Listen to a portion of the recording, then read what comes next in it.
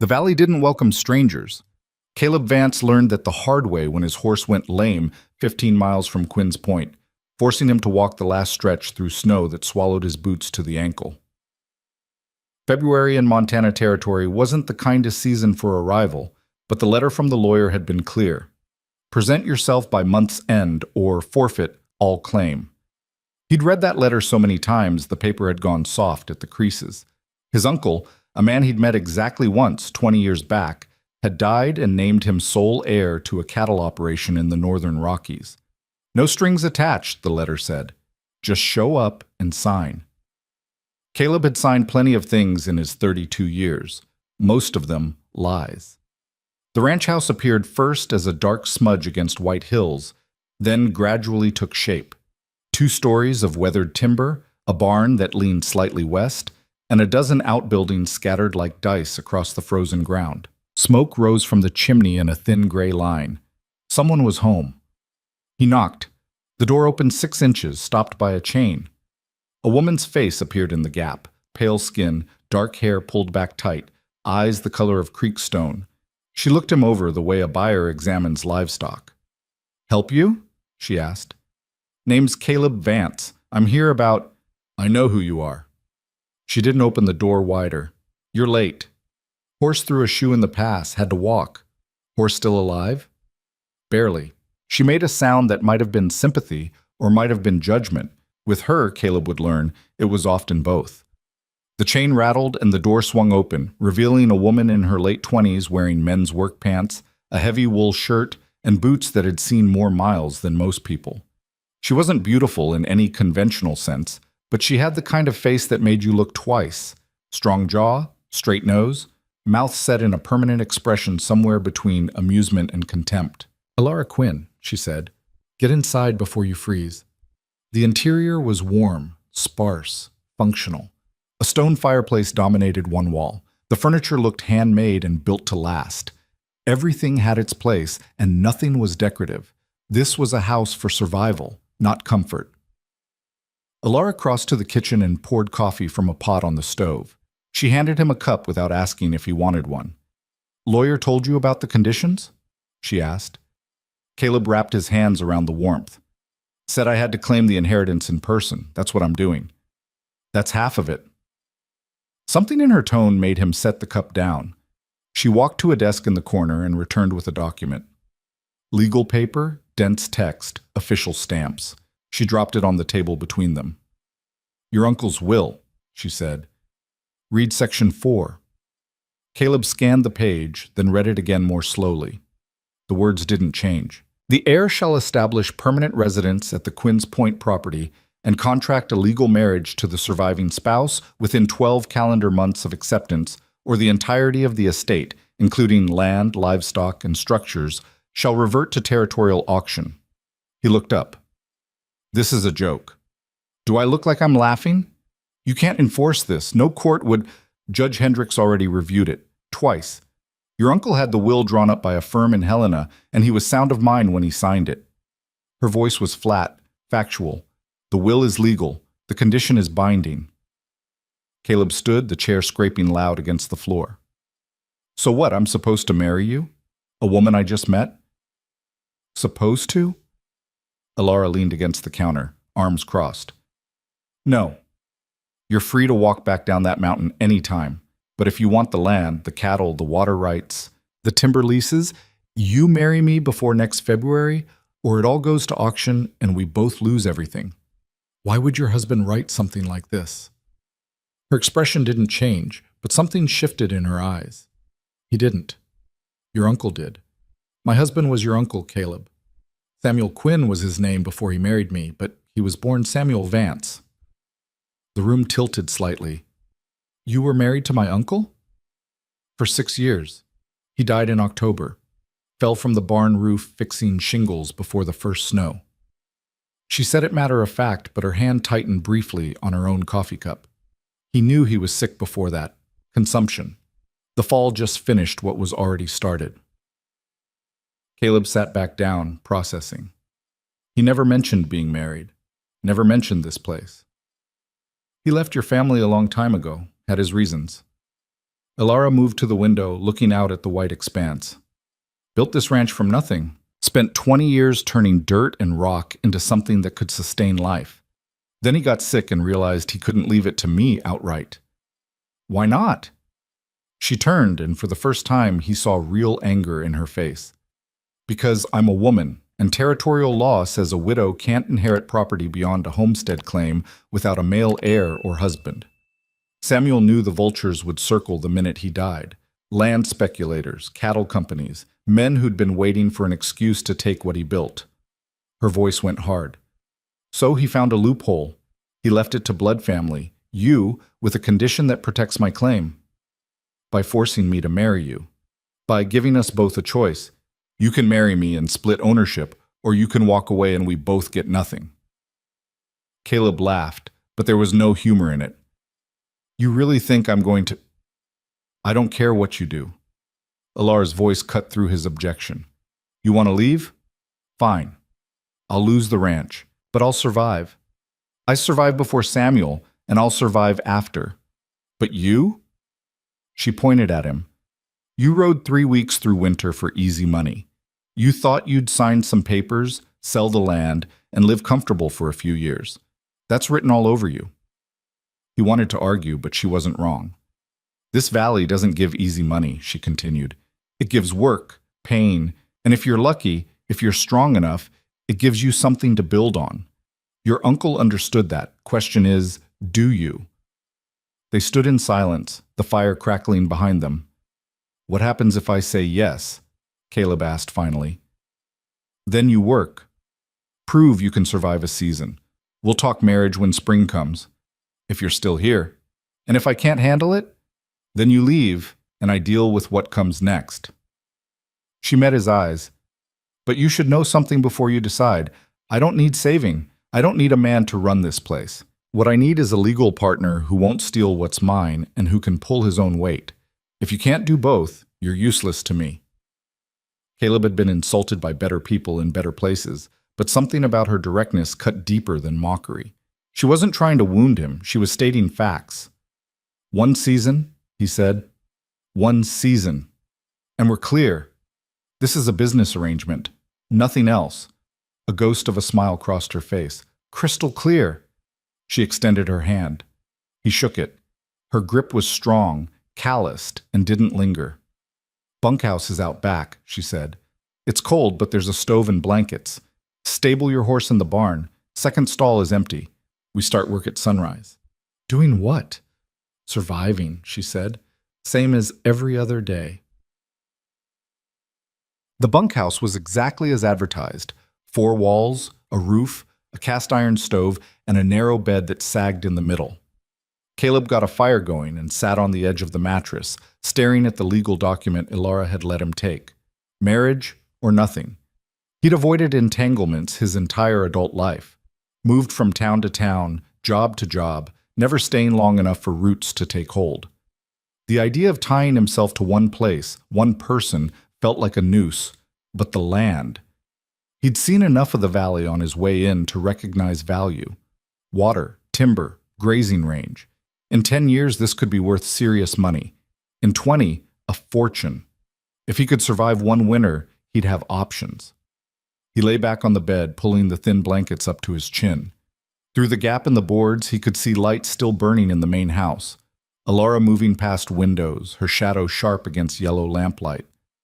What kind of woman chooses this, he wondered. What kind of woman builds a life in a place that wants her dead? He didn't have an answer, but he'd stay long enough to find out.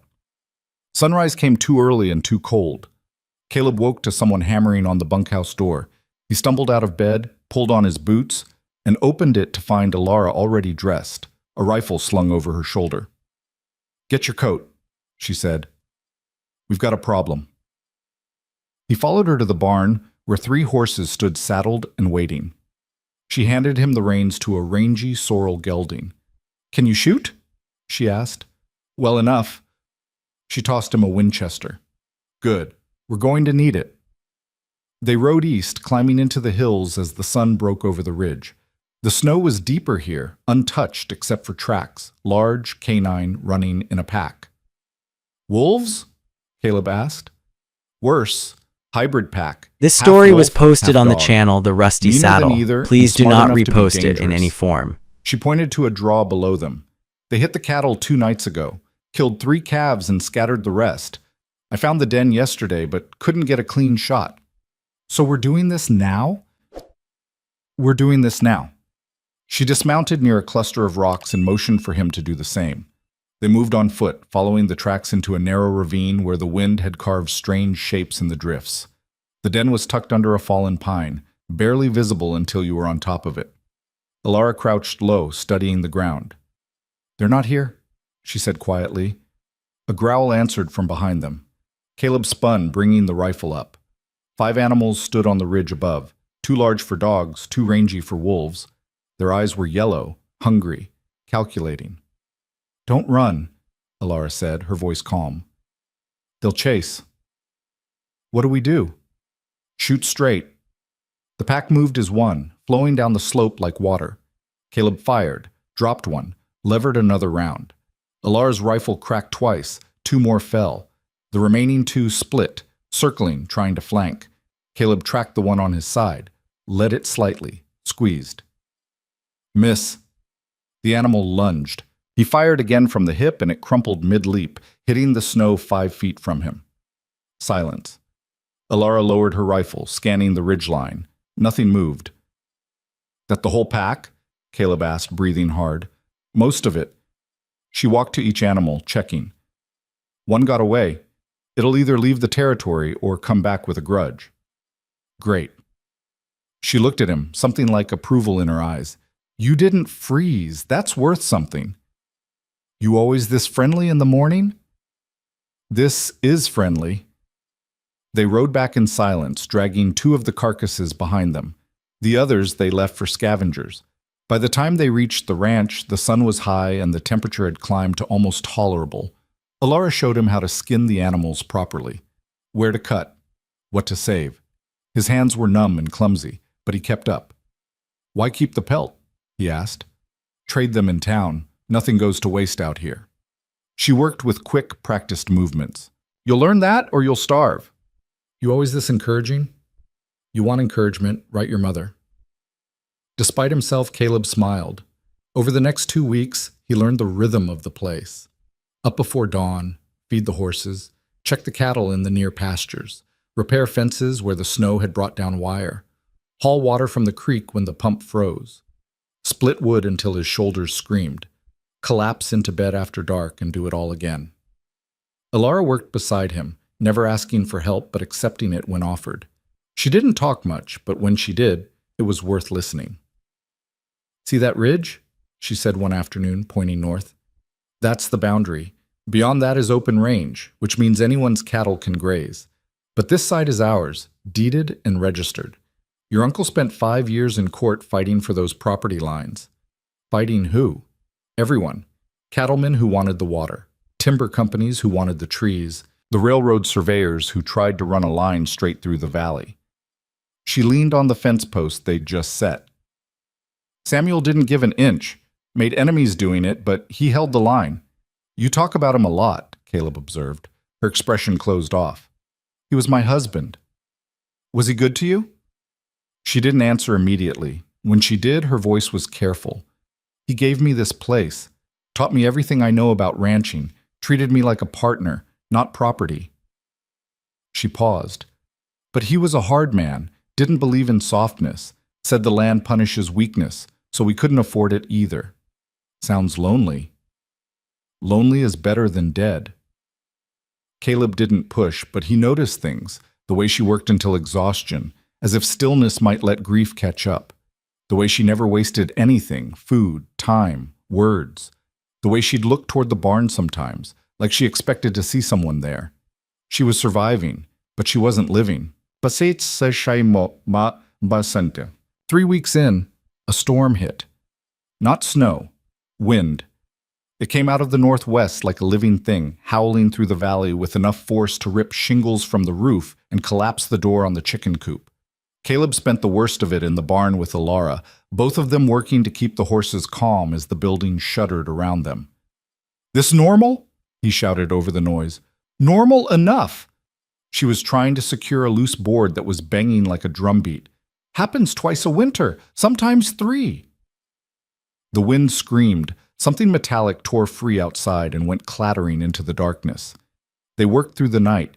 When dawn finally came, the valley was transformed. Snow redistributed into bizarre drifts, fences down, the water trough overturned.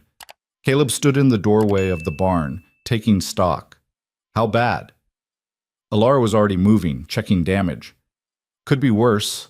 We'll know more once we find the cattle. They spent the day riding the range, rounding up scattered animals. Most had clustered in the lee of the hills, instinctively seeking shelter, but 5 were missing. They'll have drifted south, Alara said, studying the tracks, toward Miller's Creek. That on our land? No, that's the problem. They found the cattle 3 miles past the boundary, penned in a makeshift corral near a line shack that hadn't been there a month ago. 2 men came out as they rode up, both armed. Help you folks? The taller one asked. He had a thick beard and eyes like chips of flint. Those are our cattle, Alara said evenly. They drifted in the storm. Don't see any brands? They're yearlings. We brand in spring. Then I guess they're anybody's cattle. The man smiled, showing tobacco-stained teeth. Finders keepers, as they say. Caleb felt Alara tense beside him. He shifted slightly in the saddle, making sure his rifle was in easy reach. That's not how the law works, Alara said. Law's a long way from here. Ma'am? So is decency, apparently. She nudged her horse forward. We're taking our cattle. You can object if you want, but it'll go poorly for you. The second man, younger and meaner looking, spat in the snow. That a threat? Statement of fact, Alara said. The tall one's hand drifted toward his pistol. Caleb pulled his rifle across his lap, not aiming, just present. Your call, Caleb said quietly. For a long moment, nobody moved. Then the tall man laughed. Hell, take 'em. Ain't worth dying over. He stepped aside. But you might want to be more careful about letting your stock wander. A lot of dangerous country out here. Alara rode past without acknowledging him. Caleb followed, keeping his eyes on both men until they were out of rifle range. They drove the cattle home in silence. Back at the ranch, Alara unsaddled her horse with tight, angry movements. You know those men? Caleb asked. No, but I know who sent them. Who? She hung the saddle on its rack, then turned to face him. There's a cattle company out of Helena, Montana Livestock Consolidated. They've been buying up land in the territory for 5 years, pushing out small operators. Your uncle fought them off twice. They tried to lowball him, then tried to intimidate him. Neither worked. And now he's dead. Now he's dead and they think I'm an easy target. Her jaw tightened.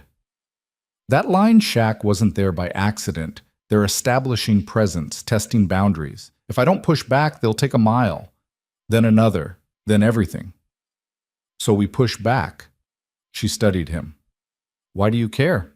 You're only here for a season. I'm here, Caleb said. That's enough. Something shifted in her expression. Not quite trust, but maybe the possibility of it.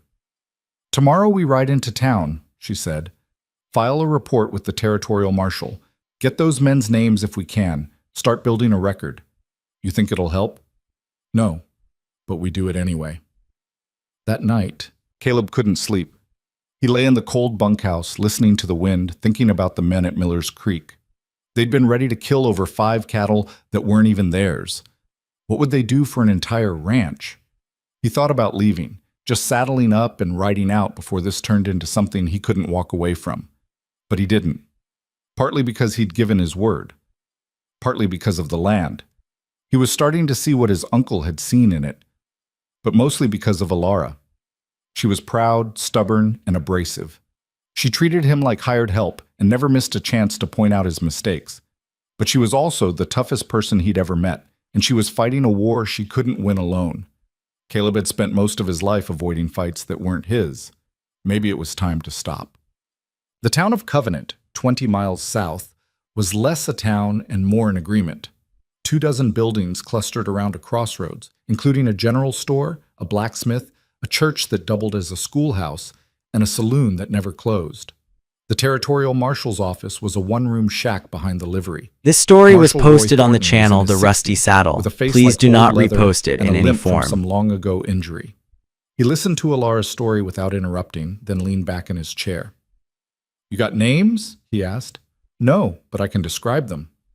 "Descriptions don't do much without names, Mrs. Quinn." "Then what do you suggest?" Thornton sighed. "I suggest you be careful. Montana Livestock has money, lawyers, and friends in Helena. You go poking that bear, it'll poke back harder. So I should just let them steal my cattle? I'm saying pick your battles." He looked at Caleb. "Who's this?" "Caleb Vance, Samuel's nephew." Recognition flickered. "You the heir?" "That's right." "Heard about the will. Interesting arrangement." Thornton's eyes were sharp despite his age. "You planning to stick around?" "For now." "Then you should know what you're walking into. Montana Livestock isn't just buying land, they're consolidating power. In 5 years, they'll control half the grazing rights in this territory.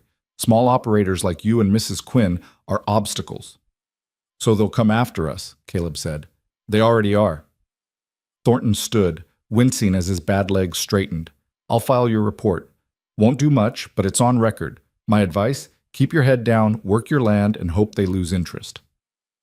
Outside, Alara swung into her saddle with barely controlled fury.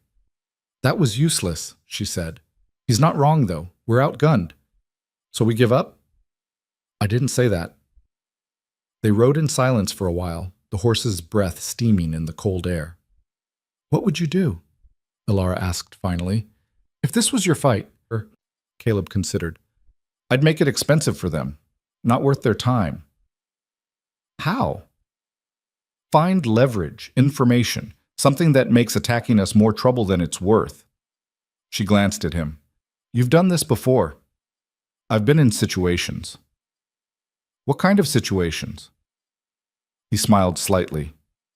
"The kind where being smart beats being strong." "And if smart doesn't work?" "Then you be strong anyway." They stopped at the general store to pick up supplies: flour, coffee, ammunition. The owner, a thin man named Garrett, kept glancing nervously at Alara. "Something wrong?" she asked. "Just heard some talk," Garrett said quietly. "There's men in town asking about the Quinn place. About you." "What men?" "Didn't catch names, but they were buying drinks at the saloon asking questions. How much land you got, how many cattle, whether you got help working the place." He lowered his voice. "They're casing you, Mrs. Quinn. Whatever you're planning, be careful." Back outside, Caleb loaded the supplies while Alara stood watch. "This is escalating," she said. "Yeah. I need to know if you're in or out." He tied down the last bundle and looked at her. "I'm in." "Why?" "Because they're coming either way, and I'd rather fight beside you than watch from somewhere safe." She held his gaze for a long moment, then nodded. "Okay," she said. "Then we fight." They rode home through the gathering dusk, the valley spreading out before them in shades of blue and white. Somewhere out there, men were planning, scheming, preparing to take what wasn't theirs. But for the first time since arriving, Caleb didn't feel like a drifter passing through. He felt like he'd found something worth defending, even if it killed him. The first real test came with the thaw. March brought warmer days and freezing nights, turning the snow to slush and the roads to rivers of mud. The cattle, dormant through winter, grew restless and hungry. Caleb and Alara spent their days breaking ice from water troughs, hauling hay to the far pastures, and checking fence lines that had shifted with the freeze-thaw cycle. It was exhausting, relentless work, but it was also the kind of work that built something between them. Not friendship exactly, but a mutual respect born from shared misery. "You're slower than molasses," Alara called from 50 yards ahead, where she was already dismounting to inspect a sagging post. "I'm thorough," Caleb shot back. "Thorough is what people say when they mean slow." He rode up beside her, swinging down from the saddle. The post had rotted at the base, invisible under the snow until now. Without speaking, they fell into the rhythm they'd developed. Alara dug while Caleb prepared the replacement post, both moving with the efficiency of people who'd learned to waste nothing, not time, not energy, not words. "Hand me the wire cutter," she said. He passed them over. Their fingers brushed briefly. Neither acknowledged it. "You ever think about what happens after?" Caleb asked, twisting new wire around the post. "After what?" "After the year's up, if we go through with this." Alara didn't look at him. "One problem at a time." "That's not an answer." "It's the only one I've got." She pulled the wire tight, testing its tension. "You want guarantees, you're in the wrong place." "I'm not asking for guarantees, I'm asking what you want." She stopped working and turned to face him. "What I want is to keep what's mine. Everything else is negotiable." "Even marriage?" "Especially marriage." Her eyes were hard. "I did that once for love. Look where it got me." "Your husband die?" "He died." "But I was alone long before that." She went back to the fence. "Samuel was a good man in his way, but he loved this land more than he ever loved me. I was just part of the operation, useful, necessary, but replaceable. You don't strike me as replaceable. Everyone's replaceable. That's the first lesson of survival." They finished the repairs in silence and rode back as the sun dropped behind the western ridge. The temperature fell with it, sharp and sudden. At the barn, Alara paused before heading to the house. "There's stew on the stove. You're welcome to some." It was the first time she'd invited him inside for a meal. "Appreciate it," Caleb said. The kitchen was warm, filled with the smell of meat and vegetables. Alara ladled stew into 2 bowls, and they ate at the table, the only sound the scrape of spoons against tin. "Garrett was right," Alara said finally, "about them casing us." "You've seen something?" "Tracks. 3 riders came through the north pasture yesterday while we were working the south fence. They didn't take anything, but they were looking." "How do you know?" "Because they stopped at every building. The barn, the bunkhouse, the equipment shed. Someone's making an inventory." Caleb set down his spoon. "We need to know who we're dealing with, names, connections, what they're planning. And how do you suggest we get that information?" "Someone in town knows something. We just have to find the right person to ask." "Or the right person to buy a drink," Alara said with a thin smile. "You thinking what I'm thinking?" "The saloon. It's where men get stupid and mouths get loose." She pushed back from the table. "But we need to be smart about it. These people aren't fools." "When do we go?" "Saturday. That's when the drovers come in from the camps. More people, more noise, easier to blend in." Saturday was 4 days away. Caleb spent them working and watching. He started paying attention to the details. Which cattle grazed where, how many horses they had, what their actual resources looked like, versus what someone might assume from a distance. If Montana Livestock was planning a move, they'd base it on information. The more accurate that information was, the more dangerous they became. On Friday evening, Alara came to the bunkhouse carrying a bundle of clothes. "Put these on tomorrow," she said, dropping them on the bed. Caleb unfolded a worn wool coat, rougher than what he'd been wearing. "What's this?" "Camouflage. You look too clean, too new. People remember new faces.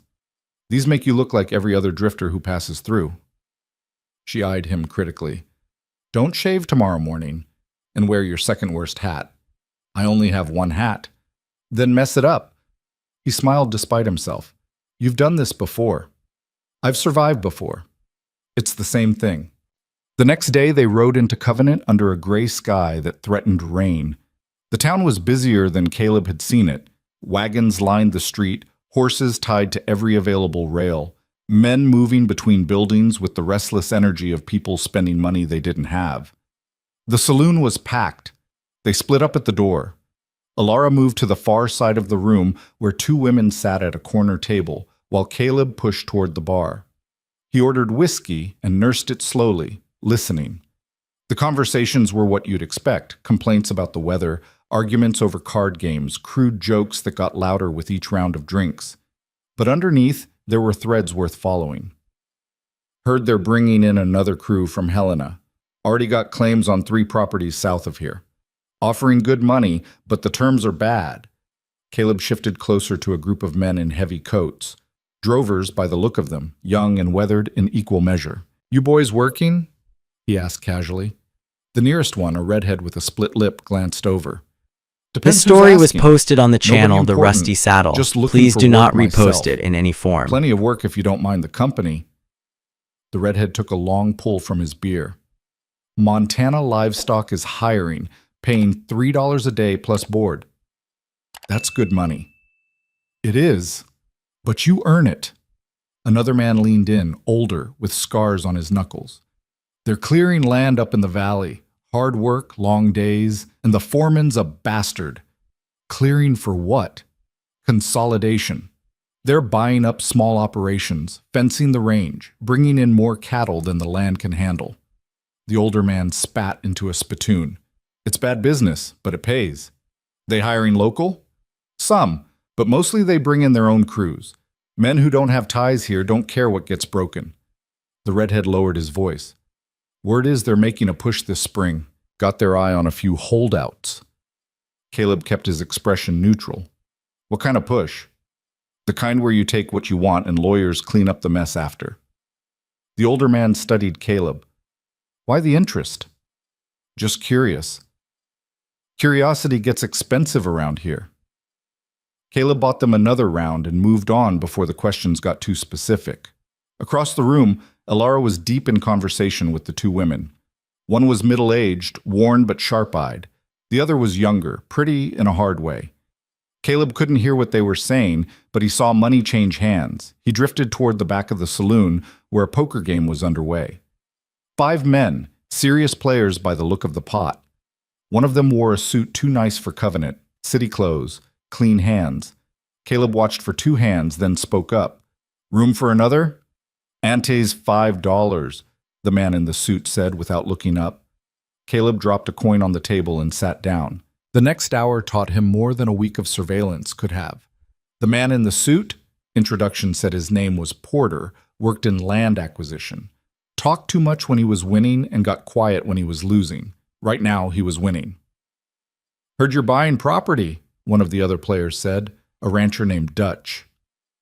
"We're always interested in opportunities," Porter replied smoothly, raking in another pot. "What about the Quinn place?" Porter's expression didn't change, but his hands paused for just a fraction of a second. "That's complicated." "How so?" "Legal issues. The will created an unusual situation." Porter dealt the next hand. "But it'll resolve itself. And if it doesn't, then we'll help it along." Porter smiled. "The territory's growing. Progress requires. Consolidation. People who can't adapt get left behind." "That a threat?" Dutch asked. "That's economics." Caleb lost deliberately for 3 more hands, keeping his mouth shut and his ears open. Porter was careful, but bits of information slipped through. Montana Livestock had purchased 4 properties in the past 6 months. They were planning a major acquisition in April, and they had someone on the inside feeding them information about remaining holdouts. When Caleb finally cashed out, down $20 but richer in knowledge, he found Elara waiting by the door. They rode a mile out of town before speaking. "Get anything?" she asked. "Plenty. You?" "Names, connections, and confirmation that we're on a list." She looked at him. "They're planning something for April. Big move, coordinated." "I heard the same.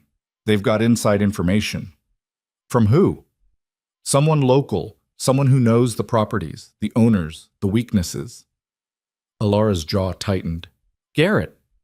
"The store owner?" "He's the only one positioned to know everyone's business, sees who's buying what, who's struggling, who's behind on credit." Her voice was bitter. "I thought he was warning us. Maybe he was just gathering information. Or maybe he's caught in the middle. There's no middle in this." They rode in silence, both processing what they'd learned. The picture was clearer now and uglier.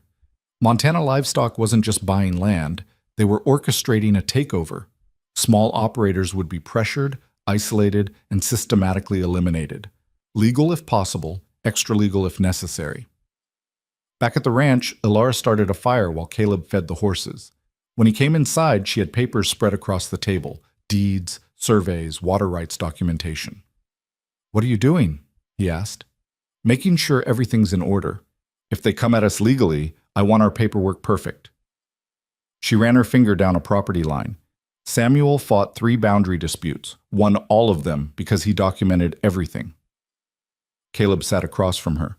Legal's just one angle. They'll try others. I know. She looked up. That's why we need to be ready for all of them. How? She stood and walked to a locked cabinet in the corner. When she opened it, Caleb saw rifles, ammunition, and something else, dynamite. Samuel kept this for clearing stumps, she said, but it works on other obstacles too. You're talking about fighting. I'm talking about defending what's ours. Her eyes were hard. They want this land, they'll bleed for it. Caleb had seen that look before. And men pushed past reason, past fear, into a place where survival meant everything else stopped mattering. We're not there yet, he said carefully. Where are we then? Smart, strategic. We use what we learn to stay ahead of them. And when smart isn't enough, he met her gaze. Then we do what we have to. She nodded slowly and locked the cabinet. Over the next 2 weeks, they fortified. Not obviously, that would invite attention, but methodically. They moved their best breeding stock to the far pastures, harder to reach and easier to defend. They cached supplies in the line shack on their eastern boundary. They made sure every rifle was clean and every box of ammunition was full, and they waited. The attack, when it came, wasn't what they expected. It started with the cattle. Caleb was checking the south fence when he found the first one, a yearling heifer, dead in the grass with foam around her mouth. The grass nearby had been trampled, as if she'd thrashed before dying. He rode back fast. Poison, Alara said after examining the carcass. Her face was pale. Someone laced the waterhole. They spent the next 6 hours in a frantic search, finding and moving every animal away from the contaminated water. By sunset, they'd lost 4 cattle and had another 6 showing symptoms. This is a message, Alara said, standing over the dead animals. They're telling us we can't protect what we have. Who even knows we're preparing? Maybe nobody. Maybe this is just their opening move. She looked at him, and for the first time since he'd met her, he saw real fear in her eyes. How do we fight someone who'll poison cattle? Caleb didn't have a good answer. They buried the dead animals and sat up through the night watching the herd, rifles across their laps. Nothing moved in the darkness except the wind. When morning came, Alara looked like she'd aged 5 years. I can't do this alone, she said quietly. You're not alone.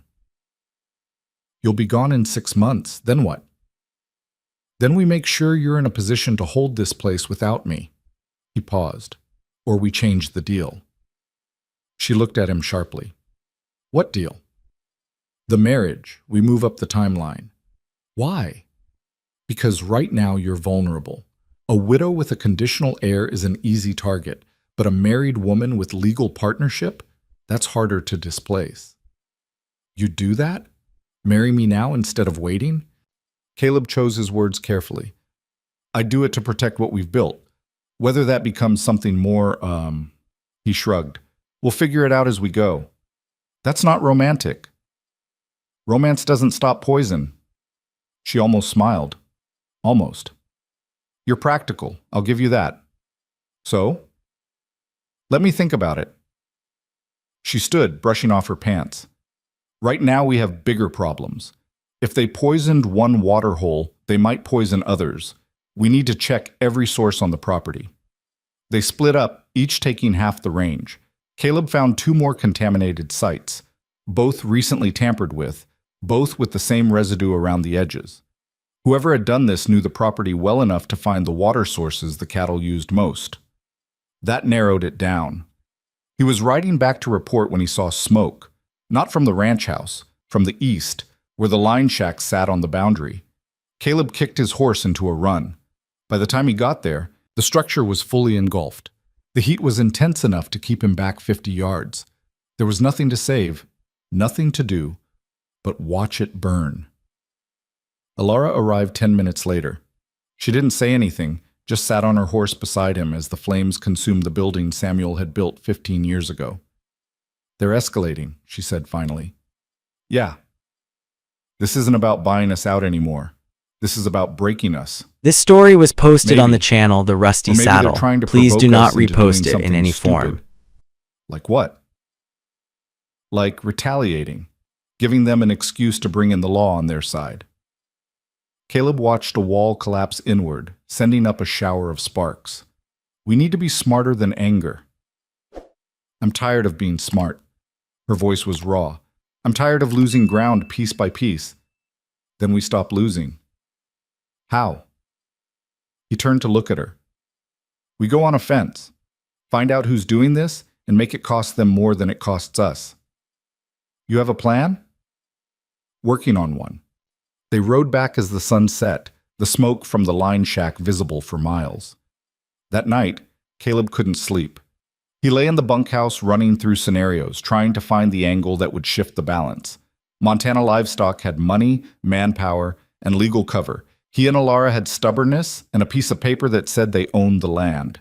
It wasn't enough. Unless. An idea formed, ugly and risky, but possible. In the morning, he found Alara in the barn. I need you to trust me, he said. She looked up from the stall she was mucking. That's not a good opening. I know, but I have a plan and it requires you to let me handle something without asking questions. What kind of something? The kind that might get me hurt but won't touch you. Her expression hardened. No. I said no. We're partners in this. You don't get to martyr yourself. I'm not martyring, I'm using the fact that I'm expendable. You're not expendable. The words hung between them. What I mean, she said more quietly, is that you're the legal heir. You get hurt, the will's void, and I lose everything anyway. Not if we're married. She set down the pitchfork. You're serious about this? Dead serious. Why? Because it solves multiple problems at once. It secures your claim, it makes us harder to separate legally, and it gives me standing to do things that would look suspicious coming from you. What things?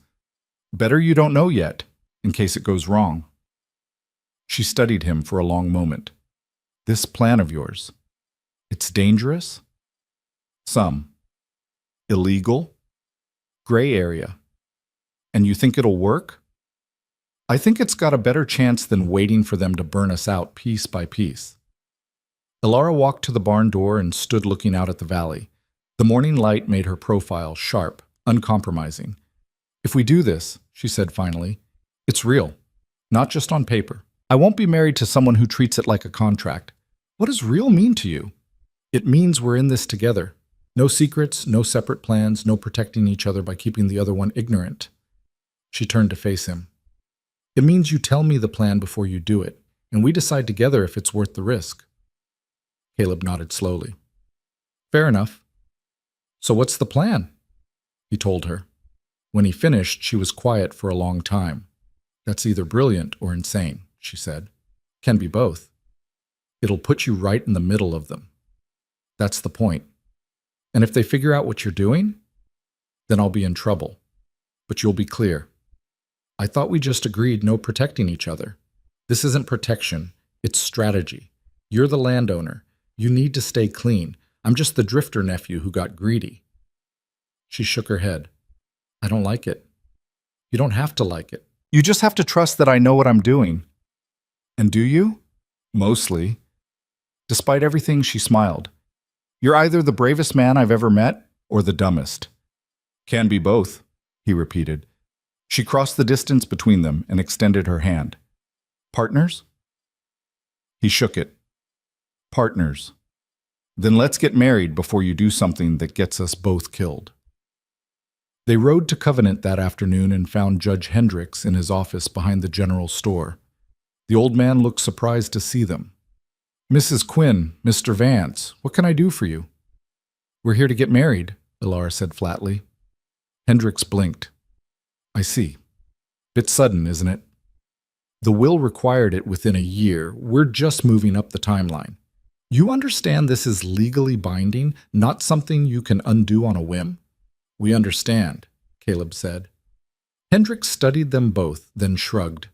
Your lives. You'll need 2 witnesses. They found Marshal Thornton and the clerk from the land office. The ceremony took 3 minutes. Hendricks read the legal language, they said the required words, and signed the document. Just like that, Caleb Vance became legally bound to a woman he'd known for less than 3 months. When they walked out of the office, Ilara looked at the ring on her finger, a simple gold band they'd bought from the general store.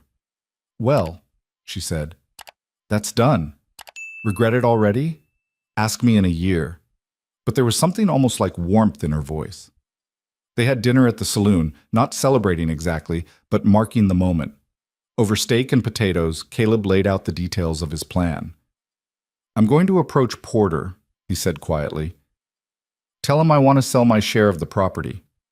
Ilara's fork paused halfway to her mouth. "What?" "Not really sell, but make them think I'm willing to break with you for the right price." "They'll never believe it." "They will if I make it convincing. I'll tell them you're impossible to work with, that I want quick money, that I didn't sign up for a war." He leaned forward. "They'll eat it up because it confirms what they already think, that I'm an outsider with no loyalty. And then what? Then I get inside their operation, learn their plans, their timeline, their weaknesses. Feed them false information about our defenses, make them confident enough to overreach. And when they do, we'll be ready." Ilara set down her fork. "This requires them to believe you'd betray me." "Yes. Which means you'll have to act like it, in public, in ways that'll make people think I chose wrong." "I know. And you're willing to do that?" Caleb met her eyes. "To save this place?" "Yes." She was quiet for a moment, then nodded. "Okay, but we need insurance. If something goes wrong, if they turn on you, I'll have a way out." "What way?" "Still working on that part." "Work faster." They finished their meal and rode home under a sky full of stars. The temperature had dropped again, reminding them that winter wasn't done yet. At the ranch, they stood in the yard, suddenly awkward. They were married now. Legally, that meant something about sleeping arrangements, about expectations. Ilara broke the silence first. "Bunkhouse is still yours if you want it. I'm not—" She paused. "I'm not ready for more than the legal part yet." "That's fine. But you're welcome at the table, for meals, as family, not hired help. Appreciate it." She turned toward the house, then stopped. "Caleb?" "Yeah?" "Don't get yourself killed doing this." "I'll try not to." "I mean it. I didn't marry you just to bury you." Something in her voice made him look closer. In the moonlight, her face showed things she usually kept hidden, fear and something else. Something that might, given time, turn into caring. "I'll be careful," he said. She nodded and went inside. Caleb walked to the bunkhouse, his mind already moving to the next phase. Tomorrow, he'd start the performance. He'd pick a fight with Ilara in town where people could see. He'd make noise about wanting out. He'd let word spread that he was unhappy, trapped, looking for an exit. And then he'd wait for Porter to make his move. It was risky. It was probably stupid. But it was the only plan they had. He lay in the narrow bed, listening to the wind, thinking about the woman in the house 50 yards away. His wife, now. On paper and in law. Maybe if they survived this, it could become something more. But first they had to survive. The performance began 3 days later. Caleb rode into Covenant alone, made sure he was seen tying his horse outside the saloon at midday when the street was busy, and walked in like a man with a thirst that had nothing to do with water. Porter was there, as Caleb had gambled he would be. The land agent had taken to spending his afternoons at the corner table, conducting business over cards and whiskey. He looked up when Caleb entered, recognition flickering across his face. Caleb ignored him, ordered a bottle at the bar, and took it to a table near the window. He drank slowly, methodically, making himself visible. It took 20 minutes for Porter to make his move. "Mind if I join you?" the land agent asked, already pulling out a chair. "Free country," Caleb said. Porter sat, adjusted his clean cuffs, and smiled the way a snake might if snakes could smile. "Heard congratulations are in order. You and Mrs. Quinn made it official." "Word travels fast." "Small territory. People talk. Porter poured himself a drink from Caleb's bottle without asking. Can't say I saw that coming. You struck me as the independent type. Circumstances change. Indeed they do. Porter leaned back, studying him. How's married life treating you? About like you'd expect. Trouble in paradise already? Caleb took a long drink before answering. Let's just say the reality doesn't match the paperwork. Ah.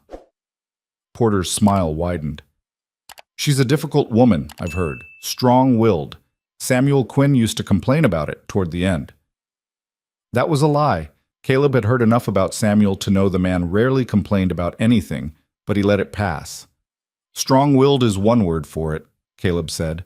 Stubborn as This a story mule was is another. posted on the channel The Rusty make Saddle. partnership Please do not challenging. repost it in any Partnership. form. Caleb laughed without humor. That what they're calling it? I'm a hired hand with a ring, that's all. She makes every decision, questions everything I do, acts like I'm too stupid to run a spread I now half own. Porter nodded sympathetically, but his eyes were calculating. Sounds frustrating. It's worse than that. It's a trap. Caleb refilled his glass. I came out here thinking I'd claim an inheritance, maybe work the land a few years, then sell and move on. Instead, I'm stuck in a marriage I didn't want, fighting a war I don't understand, all for property I can't touch without her say-so. The will does create certain complications. Complications. Caleb shook his head. That's a polite way of putting it. Truth is, I'm legally bound to a woman who doesn't trust me and a piece of land that's more trouble than it's worth. Porter took a cigar from his pocket, lit it carefully. What if there was another option? What kind of option? The kind where you get what you came for, money, without the headaches. Porter blew smoke toward the ceiling. My employers are always interested in acquiring quality properties. If you were willing to sell your share, we could make that happen. Quietly, legally, profitably. Caleb pretended to consider it. She'd never agree. She doesn't have to. You're a legal owner now. Married or not, you have the right to dispose of your portion however you see fit. That's not how the will works. It's held jointly. Wills can be contested. Marriages can be dissolved. If you want it out, really want it out, there are ways. Porter tapped ash into a tray. The question is, how badly do you want your freedom? What are you offering? $10,000 cash, plus legal assistance with the divorce proceedings. It was less than the property was worth, but more than most men saw in 5 years. Caleb made his face show interest. That's a lot of money, he said. It's fair compensation for your share, plus a premium for quick resolution. Porter leaned forward. But the offer has conditions. We need cooperation, not resistance. Information about the property, access to certain areas, and your assurance that you won't interfere when we move forward with acquisition. What kind of information? Water sources, herd counts, defensive capabilities. Porter smiled. We're businessmen, Mr. Vance. We don't like surprises. Caleb let the silence stretch, playing the part of a man tempted but cautious. I need time to think. Of course, but don't take too long. Offers like this don't stay on the table forever. How long do I have? Let's say a week. Meet me back here next Wednesday and we'll discuss terms. Porter stood, adjusting his suit. Oh, and Mr. Vance, this conversation stays between us. Your wife strikes me as the vindictive type. No sense giving her ammunition. Agreed. Porter left. Caleb sat alone, finishing the bottle and maintaining the appearance of a man drinking away his frustrations. Around him, other patrons took note. The new husband drinking alone, looking miserable, clearly unhappy. Perfect. He rode home in the late afternoon, the performance continuing even when no one was watching. He slumped in the saddle, radiated discontent, looked every inch the man who'd made a terrible mistake. Alara was waiting in the barn when he arrived. Well? She asked quietly. He bit, offered $10,000 for my share and cooperation. You say yes? Told him I'd think about it, meeting him next Wednesday for terms. She nodded, her face carefully neutral. People saw you drinking? Half the town, probably. Good. We need to build on that. She paused. Tomorrow we fight, publicly, something people will remember. About what? Doesn't matter. Just make it loud and make it look real. The opportunity came 2 days later when they rode into town for supplies. Caleb had been short with her all morning, part performance, part genuine frustration at the role he was playing. When they entered the general store, the tension between them was visible. Garrett was behind the counter along with 3 other customers. Alara picked up a bag of flour, examined it. This is stale. It's the freshest I have, Garrett said apologetically. Then you need a better supplier. Caleb set down the ammunition he'd been examining. It's fine. We'll take it. Alara turned to him. I didn't ask your opinion. You're complaining about flour. Just buy it and let's go. I'm complaining about quality, something you'd understand if you knew anything about running a household. I know enough to recognize when someone's being difficult for the sake of being difficult. Her eyes flashed, real anger mixing with performance. Difficult?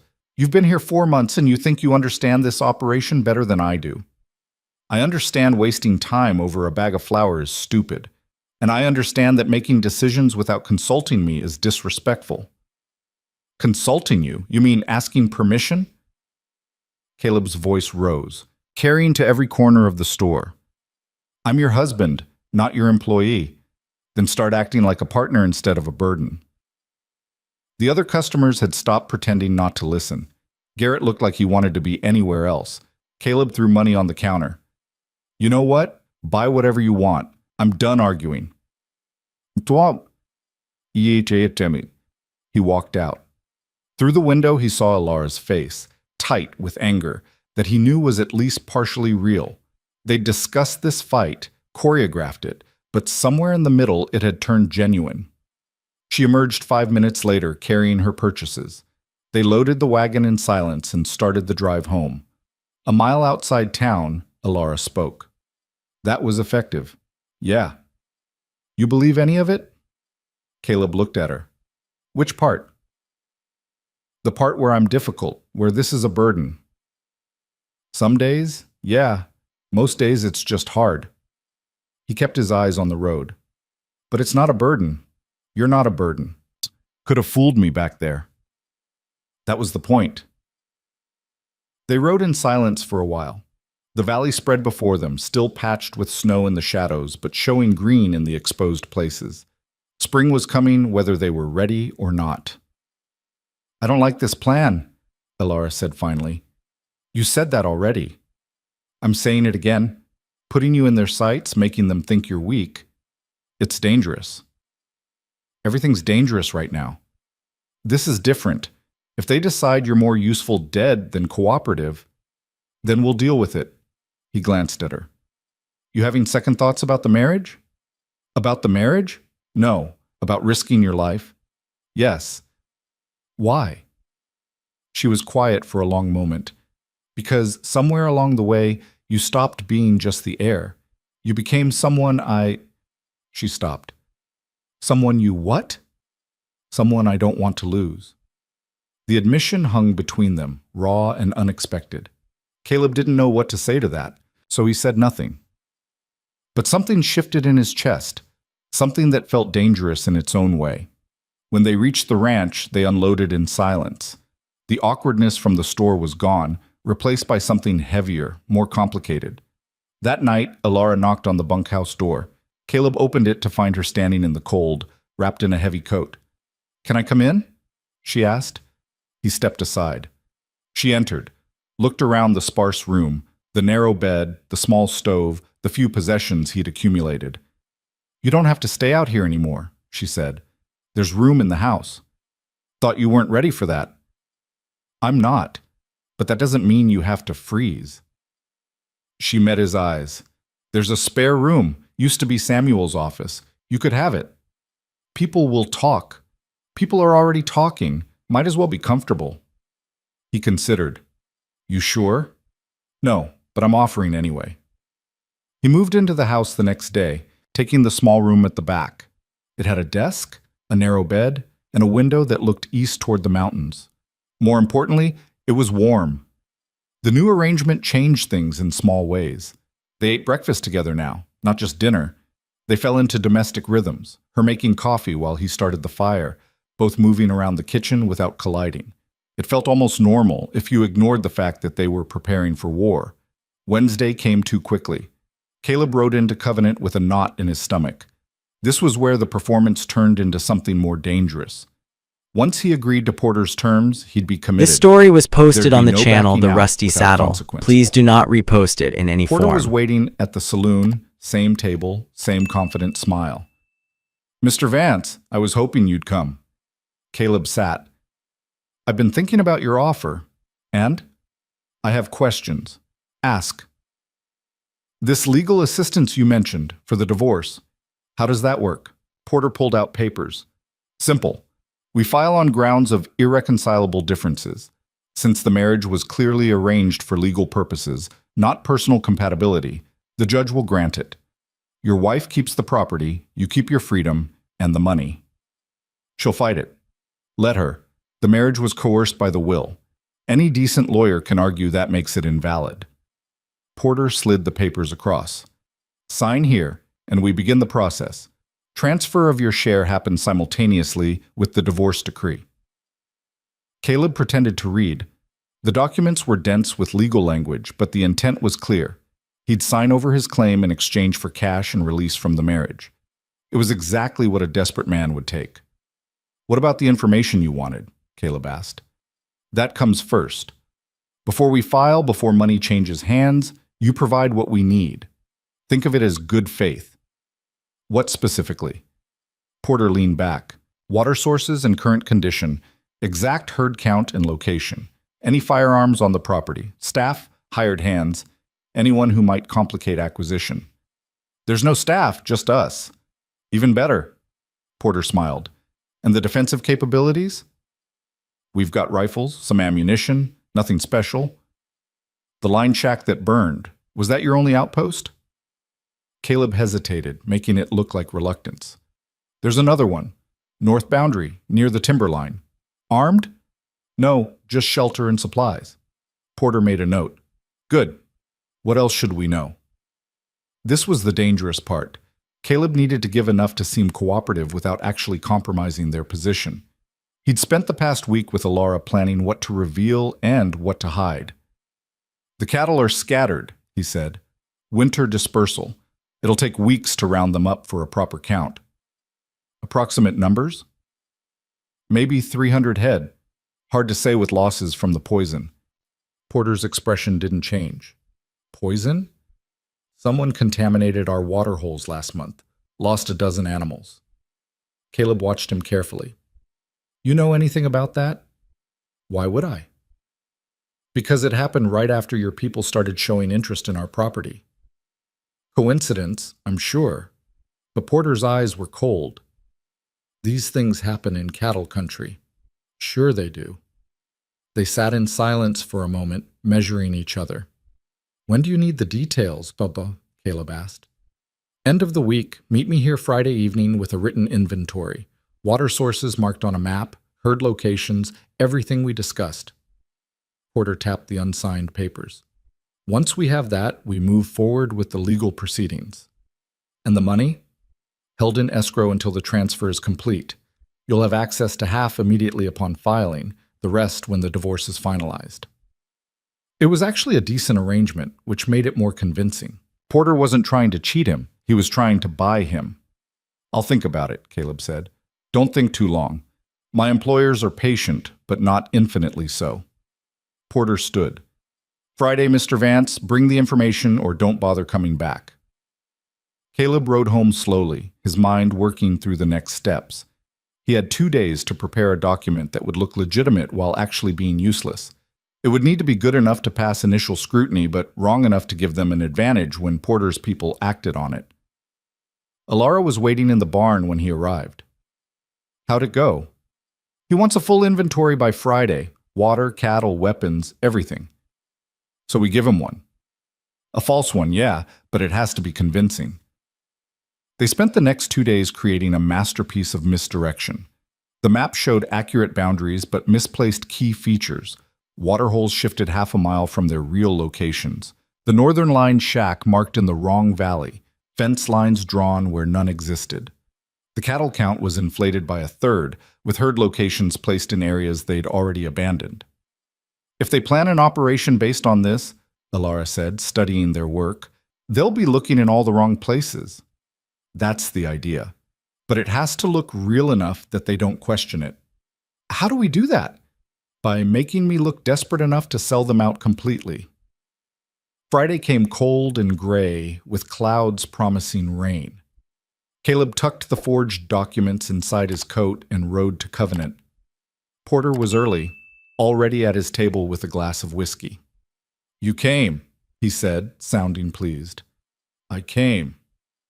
Caleb sat, pulled out the papers. "Everything you asked for." Porter spread them on the table, studying the map and inventory. His finger traced property lines, paused at water sources, lingered on the cattle locations. "This is very thorough," he said finally. "You wanted information. That's information. How current is this?" "As of yesterday. The herds shift, but those locations are accurate within a few days." Porter nodded slowly, then folded the papers and tucked them inside his jacket. "This will do nicely. So we have a deal?" "Almost." Porter pulled out the contract from their previous meeting. "Sign here, initial here, and we're done." Caleb stared at the document. This was it, the point of no return. Once he signed, Porter would have what he wanted, and Caleb would be committed to the role of traitor. He picked up the pen. The door to the saloon banged open. Marshal Thornton stood in the entrance, his weathered face grim. "Porter, need a word." The land agent didn't look up. "I'm in the middle of something, Marshal. It can wait or it can happen here. Your choice." Porter's jaw tightened, but he stood. "Excuse me a moment, Mr. Vance." They moved to the bar, voices low. Caleb couldn't hear the conversation, but he saw Porter's expression darken. Whatever Thornton was saying, the land agent didn't like it. After 5 minutes, Porter returned to the table alone. "Problem?" Caleb asked. "Minor complication, nothing that affects our arrangement." He pushed the contract forward again. "Where were we?" Caleb signed. Porter smiled and countered, adding his own signature. "Excellent. The paperwork will take a few weeks to process, but you'll have your first payment within 10 days. And then? Then you stay out of the way. When we move forward with acquisition, you make yourself scarce. Go into town, visit friends, anywhere but the ranch. We'll handle the transition." "What kind of transition?" "The legal kind. Sheriff's deputies, court orders, peaceful transfer of assets." Porter stood, tucking the contract away. "Nothing for you to worry about. Just be gone when it happens." "When?" "You'll know. Trust me." After Porter left, Caleb sat alone at the table, staring at the empty glass in front of him. He'd just signed documents that made him look like a traitor. Put his name to a deal that, if anyone saw it, would destroy any trust Alara had in him. It was necessary. It was strategic. It still felt like betrayal. He was starting to understand why his uncle had left his family all those years ago. Sometimes survival meant making choices that broke something inside you. Caleb rode home in the rain, cold water soaking through his coat.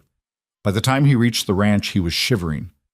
Alara met him in the barn with a blanket and hot coffee. "Done?" she asked. "Done." He stripped off his wet coat. He took everything, believed it completely. "And the contract?" "Signed. I'm officially a traitor on paper." She wrapped the blanket around his shoulders. "That paper doesn't mean anything. Tell that to anyone who sees it. I'm the only one who matters." She handed him the coffee. "And I know what you're doing and why." They stood close in the dim barn, rain hammering on the roof. "Porter said they'd move soon, Caleb said. Told me to be gone when it happened." "How soon?" He wouldn't say, but the way he talked, days, not weeks. Alara's face was tight. "Then we need to be ready." They spent the weekend preparing, not openly, that would alert anyone watching, but methodically. Extra ammunition moved to strategic locations. Horses kept close and ready. A signal system worked out in case they got separated, and they talked through scenarios, trying to anticipate how Porter's people would move. "They'll come at night," Alara said. "Try to catch us sleeping." "Maybe. Or they'll come with paperwork, make it look legal. Either way, they'll come in force." Porter's not stupid enough to send a couple men against someone who's been fighting back. How many do you think? 10 at least, maybe more. She stared at the map they'd marked with their real positions. We can't fight that many head-on. We don't fight. We outmaneuver. How? Caleb pointed to the northern valley where they'd falsely marked the line shack. They'll split their forces. This story was Some posted here, on the some at channel The false Rusty water Saddle. holes, some Please to do round not up cattle repost that it in aren't any where we form. said they'd be. By the time they realize the map is wrong, we'll have the advantage. The advantage of what? We're still outnumbered. But we'll know where they are and they won't know where we are. That counts for something. She didn't look convinced, but she nodded. That night, neither of them slept well. Caleb lay in his small room, listening to the house settle, aware of Alara moving around on the other side of the wall. They were married, living under the same roof, preparing for battle together. It wasn't how he'd imagined his life turning out, but it wasn't bad either. The attack came on Tuesday, 3 hours before dawn. Caleb woke to the sound of horses, too many horses, moving fast. He was dressed and armed in seconds, meeting Alara in the hallway. How many? She asked. At least a dozen. They moved to the darkened kitchen, watching through windows as riders surrounded the house. More men headed toward the barn, others fanning out toward the pastures. They're not being subtle, Alara whispered. Don't need to be. They think they've already won. A voice called out from the darkness. Alara Quinn, we have a court order for seizure of this property. Come out peacefully and nobody gets hurt. That's not Porter, Caleb said. No, that's Briggs. He's a hired gun out of Helena. Hired by who? Take a guess. Caleb moved to the back door. We need to go, now. Where? The canyon, like we planned. They slipped out the back as men pounded on the front door. The darkness helped. Clouds covered the moon, making visibility nearly zero. They reached the horses they'd stabled in the small shed behind the house and mounted quietly. Behind them, glass shattered. Men's voices rose in anger as they discovered the house empty. Caleb and Alara rode hard for the eastern canyon, a narrow defile they'd scouted weeks ago. It was defensible, had water, and, most importantly, wasn't on the map they'd given Porter. They made it a mile before pursuit began. Torches lit up behind them, spreading out in a search pattern. They're following the map, Alara said, breathing hard. Good. Let them waste time in the wrong valleys. But one group stayed on their trail, either lucky or skilled. Caleb couldn't tell which.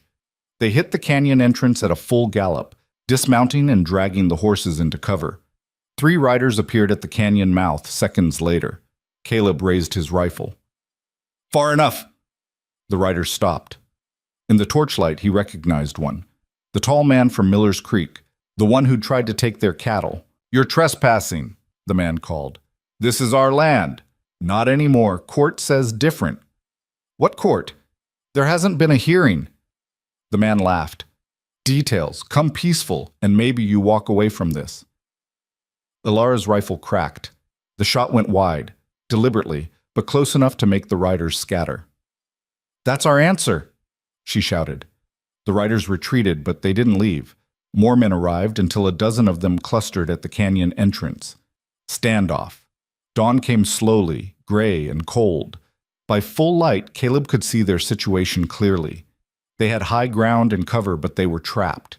Eventually, they'd run out of ammunition or water or just time. Porter appeared at mid-morning, riding up with 2 men flanking him. He looked angry. Mr. Vance, he called, this wasn't our agreement. No? What was our agreement, Porter? That I'd betray my wife and hand over property that isn't yours? You signed a contract under false pretenses. You never had a court order. We have one now. Porter waved papers. Judge signed it this morning. Which judge? Hendricks? Judge Morrison, Helena District, Alara swore quietly. Morrison's on their payroll, has been for years. Caleb called back. That order's not worth the paper it's written on. The men with guns say different, Porter's voice hardened. You're outnumbered, outgunned, and out of options. Surrender now and we'll let you leave with your lives. And if we don't, then we come in after you. Caleb looked at Alara. Her face was set, determined. We could run, he said quietly. Try to break through, head for Covenant. They'd run us down before we made 5 miles. So we fight? We fight. She started to move toward better cover, then stopped, turned to face him. Caleb, yeah? If this goes bad, it won't. But if it does, I want you to know. She stopped, searching for words. These past months, this partnership, it's been worth it. Worth dying for? Worth living for. She managed a smile. That's more than I had before you showed up. He reached out, took her hand, squeezed it once. We're not dying today, he said. How can you be sure? Because we're smarter than them, tougher than them, and we've got one thing they don't. What's that? Each other.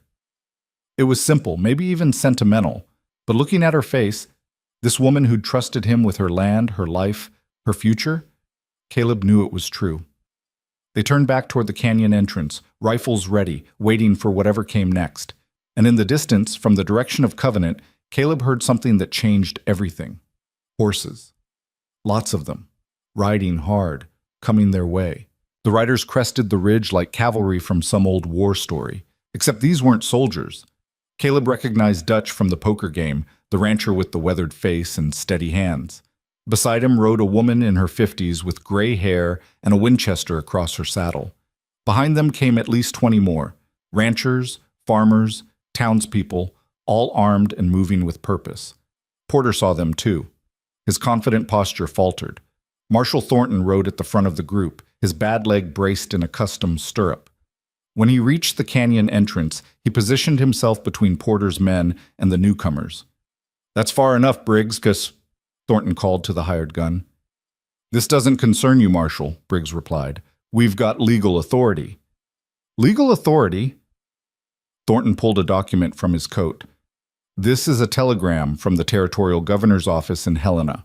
Judge Morrison's order has been suspended pending investigation into allegations of corruption and bribery. Any action taken under that order is considered unlawful seizure. Porter rode forward, his face red. That's impossible. Morrison assured me. Morrison's been taking money from Montana Livestock for 3 years. We've got bank records, witness statements, and a very angry attorney general. Thornton's voice was steady, carrying across the canyon.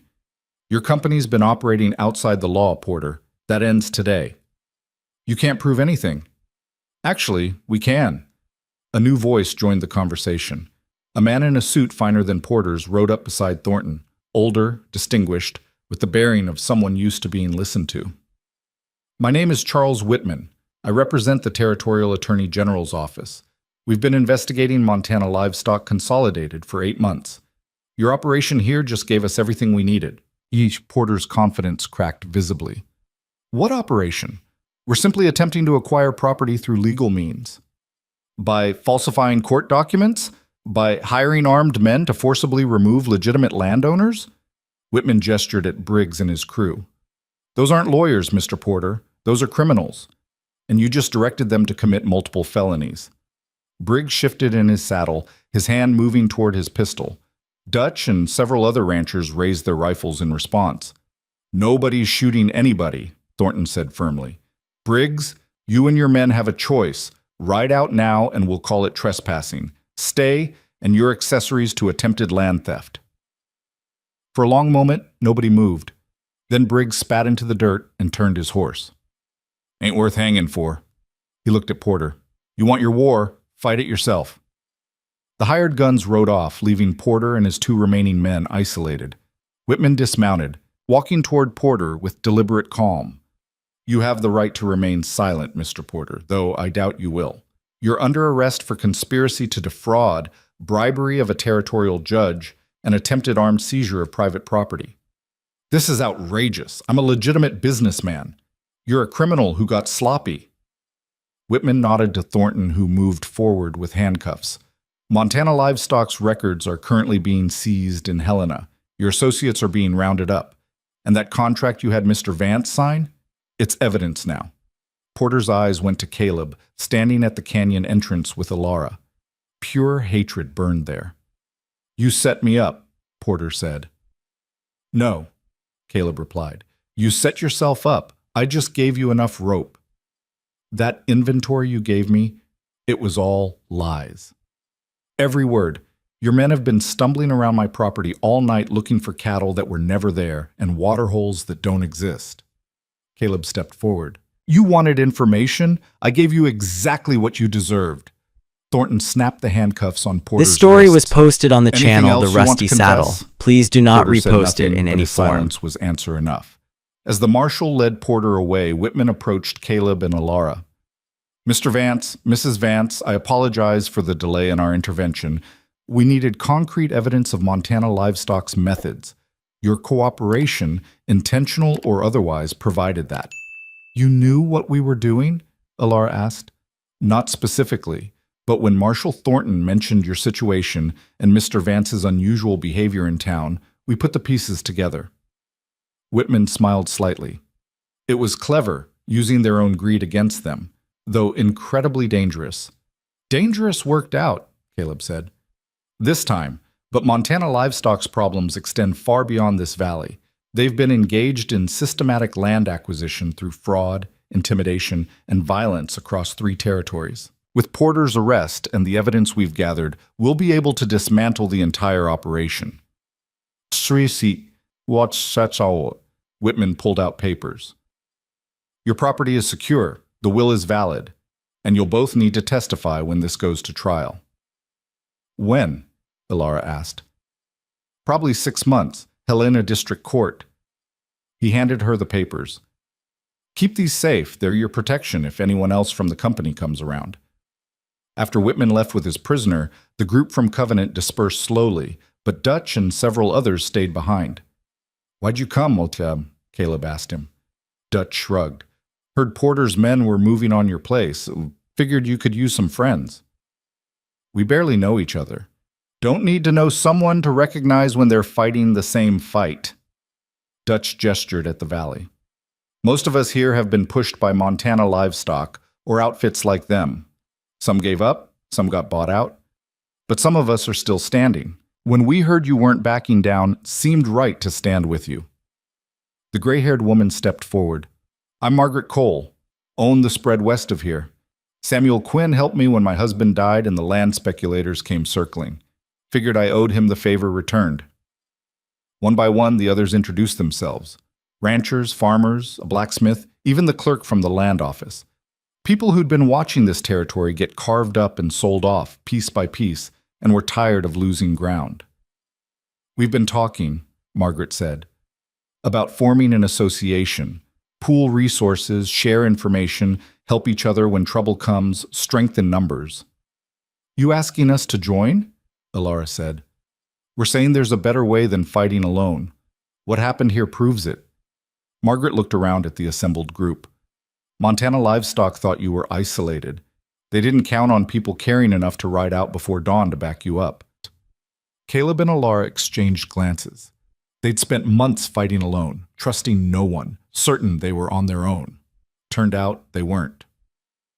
We're in, Alara said. The group stayed for coffee and breakfast, Alara pulling together a meal from their limited supplies while people traded stories and made plans. By the time they left, the sun was high, and the tension that had gripped the valley for months had finally broken.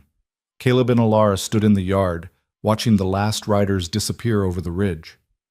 Think they'll actually help if trouble comes again? Caleb asked. They already did. I mean long term, when it's not dramatic, just the slow grind of survival. Alara considered. Maybe. People are unpredictable. But today they showed up. That counts for something. They walked back to the house, which looked worse in daylight than it had in darkness. The front door hung crooked where Briggs's men had kicked it in. Windows were broken. The interior was a mess. Furniture overturned, belongings scattered as Porter's crew searched for valuables. Going to take days to clean this up, Alara said, surveying the damage. Could be worse, could be burned down. Always the optimist. Someone has to be. They worked through the afternoon, righting furniture, sweeping glass, patching what could be patched. It was mindless work, the kind that let thoughts wander. Caleb found himself thinking about the moment in the canyon when Alara had told him this partnership was worth living for. She'd said it when they thought they might die, which gave it weight. People didn't lie when they thought those might be their last words. But now, in the aftermath, he wondered if she'd meant it or if it was just fear talking. "You meant what you said?" he asked, breaking the silence. Alara looked up from the broken chair she was examining. "Which part?" "In the canyon, about this being worth it." She set down the chair. "Yeah, I meant it." "Why? Why?" She laughed, short and sharp. "Because for 6 years I was married to a man who never looked at me the way you do. Samuel was decent, but I was an asset to him. Useful, necessary, but not seen. Not really." She met Caleb's eyes. "You see me. The stubborn parts, the difficult parts, all of it, and you stayed anyway." "I stayed because of the land." "You stayed because you're stubborn as I am. The land was an excuse." She walked closer. "You could have taken Porter's money and run. $10,000 is more than most people see in a lifetime. But you stayed, you fought, you risked everything for a place you'd known less than 6 months." "For a person I'd known less than 6 months," Caleb corrected. The admission hung between them. Alara stepped forward, closing the distance. She reached up, touching his face, rough with several days of stubble, marked with fatigue. "This partnership," she said quietly, "it's been business, legal protection, strategy. Yeah. I think it could be more." "You sure? Because there's no taking it back once." She kissed him. Cut off the words, the doubts, the careful distance they'd maintained. When she pulled back, her eyes were steady. "I'm sure." Caleb kissed her back, slower this time, with intention. His hands found her waist, hers his shoulders, and for a moment the broken house and the long fight and the uncertain future all fell away. When they finally broke apart, Alara smiled, genuinely smiled, maybe for the first time since he'd met her. "Well," she said, "that's settled." "What's settled?" "Whether this marriage is real or just paperwork." "Took us long enough." "Good things take time." They went back to cleaning, but the atmosphere had shifted. The touches were less accidental now. The glances lingered. By the time evening came, they'd made significant progress on the house and significant changes to their relationship. That night, Caleb didn't sleep in the small back room. The weeks that followed were strange in their normality. The immediate threat was gone. Porter was in custody. Montana livestock was in disarray, and the territorial government was actually investigating. But the work remained. Cattle still needed tending. Fences still needed repair. Spring planting approached whether they were ready or not. They fell into new rhythms as a couple rather than just partners. Mornings became easier, marked by coffee shared in comfortable silence. Evenings stretched longer, filled with conversation that went beyond logistics and planning. But threats didn't disappear just because one man got arrested. 3 weeks after Porter's capture, Garrett came riding up to the ranch, his horse lathered from hard travel. "You need to see this, Eek," he said, handing Alara a newspaper from Helena. The headline read, "Montana Livestock Consolidated Files Bankruptcy, Assets Seized." Beneath it, a smaller article. Beneath it, a territorial investigation reveals decades of fraud. Caleb read over her shoulder. The Attorney General's investigation had uncovered a web of corruption involving not just Montana livestock, but half a dozen similar operations, plus judges, territorial officials, and even some federal representatives. "They're all going down," Garrett said. "Porter, Morrison, the entire board of Montana livestock. The governor's calling for reforms."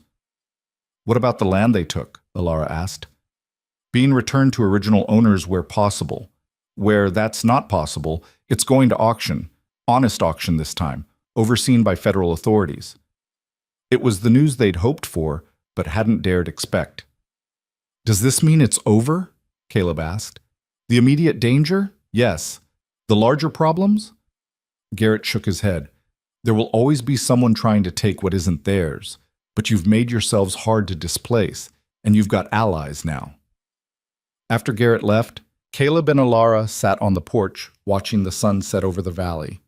Hard to believe, Alara said. What? That we actually won. That the land is secure. You sound disappointed. Not disappointed, just... She searched for words. I've been fighting so long, I'm not sure what to do when there's no immediate crisis. We build, Caleb said.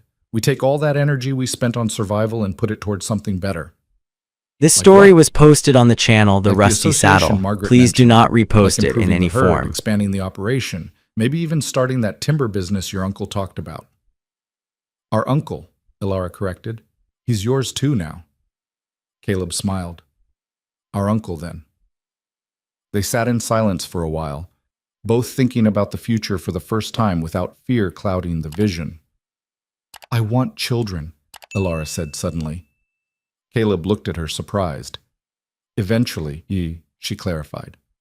Not tomorrow, but someday. I want this place to mean something beyond just surviving. I want it to be a legacy. That's a lot of pressure to put on hypothetical children. Not pressure, purpose. She turned to face him. Samuel built this ranch from nothing. You and I defended it. Our children could grow it into something that matters beyond property lines and cattle counts. You've thought about this. I've thought about a lot of things lately. She took his hand. About what kind of life I want. What kind of future is worth fighting for. And I want more than survival. I want partnership, family, something that lasts. She squeezed his fingers. I want that with you. It was the most open she'd ever been, the most vulnerable. Caleb understood what that cost her, this woman who'd learned to trust nothing and no one. Then that's what we'll build, he said. Just like that. Just like that. She leaned against him, her head on his shoulder, and they watched the stars come out over the valley that was finally, truly theirs. The spring brought changes beyond weather. The Ranchers Association formalized, with Margaret Cole as chair and Caleb serving as treasurer. They established shared resources, a communal feed store, rotating labor for major projects, coordinated sales to get better prices. Dutch brought engineers to survey for a better road into the valley. The blacksmith expanded his shop with loans backed by the association. 3 new families moved in, attracted by available land and the promise of community support. The valley that had been dying was coming back to life. Caleb and Alara's operation grew with it. They purchased additional grazing rights, improved their breeding stock, and built a new barn to replace the one that had been barely standing. The work was hard but different now, building rather than defending. In June, Whitman returned for the depositions. Caleb and Alara spent 2 days in Covenant giving testimony about Montana Livestock's methods, Porter's attempted seizure, and the broader patterns of corruption they'd witnessed. The trial starts in August, Whitman told them. You'll need to come to Helena, probably for a week, maybe longer. We'll be there, Alara said. Good, because your testimony is crucial. You're one of the few who can speak to the systematic nature of their operation and who successfully resisted. We didn't resist alone, Caleb pointed out. The people who rode out to help us, they should testify too. Already planning on it. This case is bigger than one corrupt land company. We're using it to establish precedent, to make this kind of operation impossible going forward. The trial, when it came, was everything Whitman promised and more. Porter sat stone-faced as witness after witness detailed Montana Livestock's crimes. Judge Morrison tried to claim ignorance, but the bank records told a different story. The company's board members turned on each other, each trying to claim they hadn't known what the others were doing. Caleb testified for 6 hours, walking the jury through Porter's approach, the false contract, the deliberately misleading information. Alara followed, describing years of pressure, the poisoned cattle, the burned line shack. When Margaret Cole took the stand and described how Montana Livestock had driven her husband to an early grave through constant legal harassment, several jury members were visibly angry. The verdict came after 4 days of deliberation, guilty on all counts. Porter got 15 years, Morrison got 10.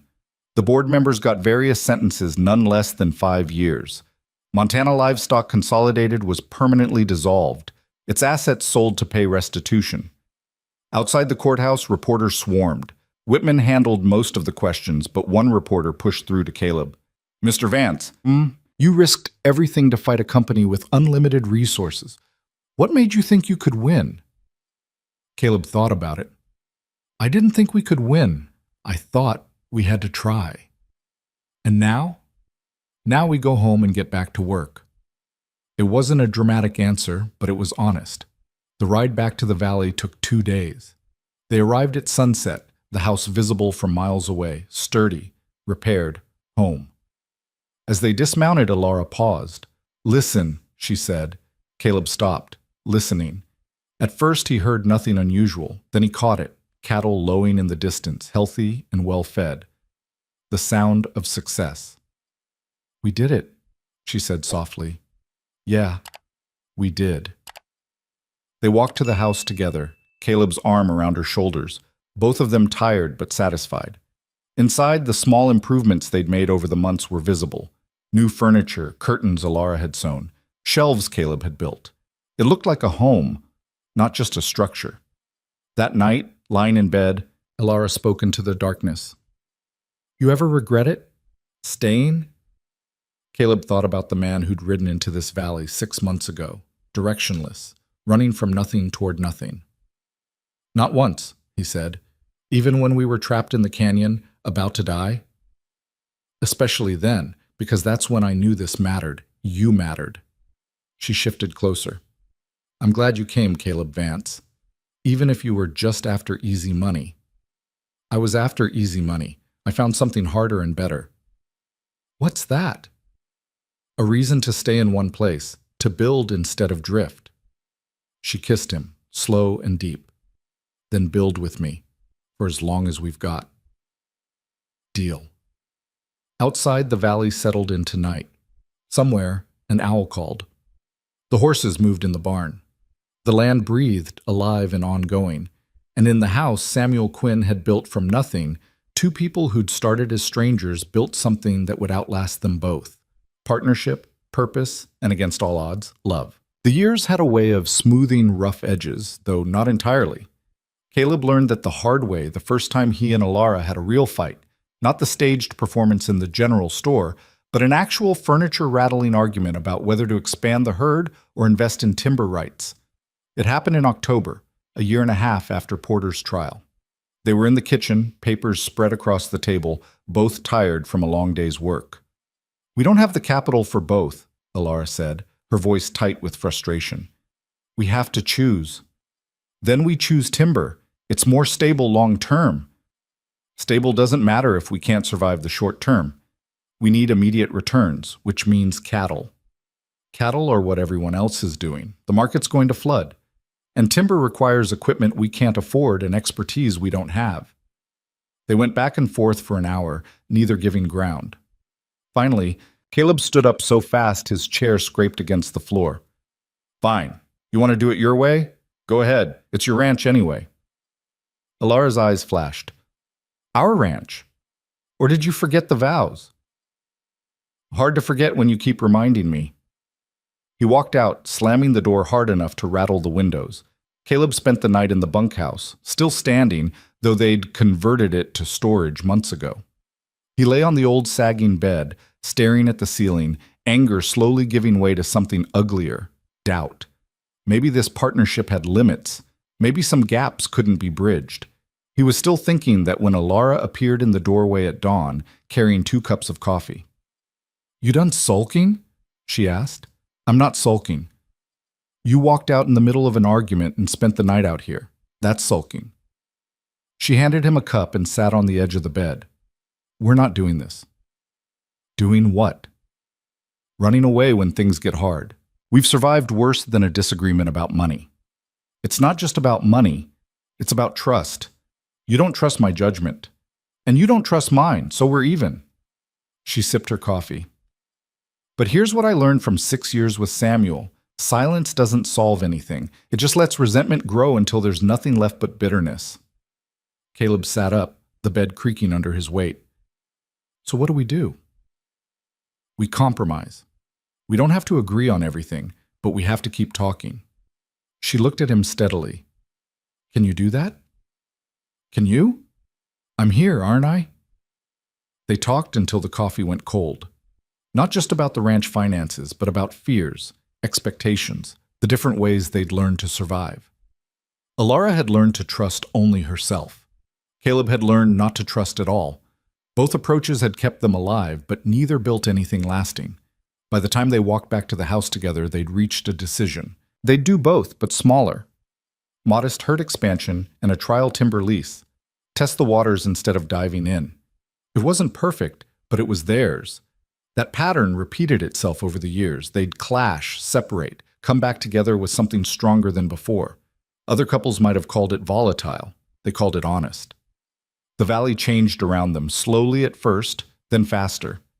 The Ranchers Association grew to 40 members. The road Dutch had surveyed got built, cutting travel time to Covenant in half.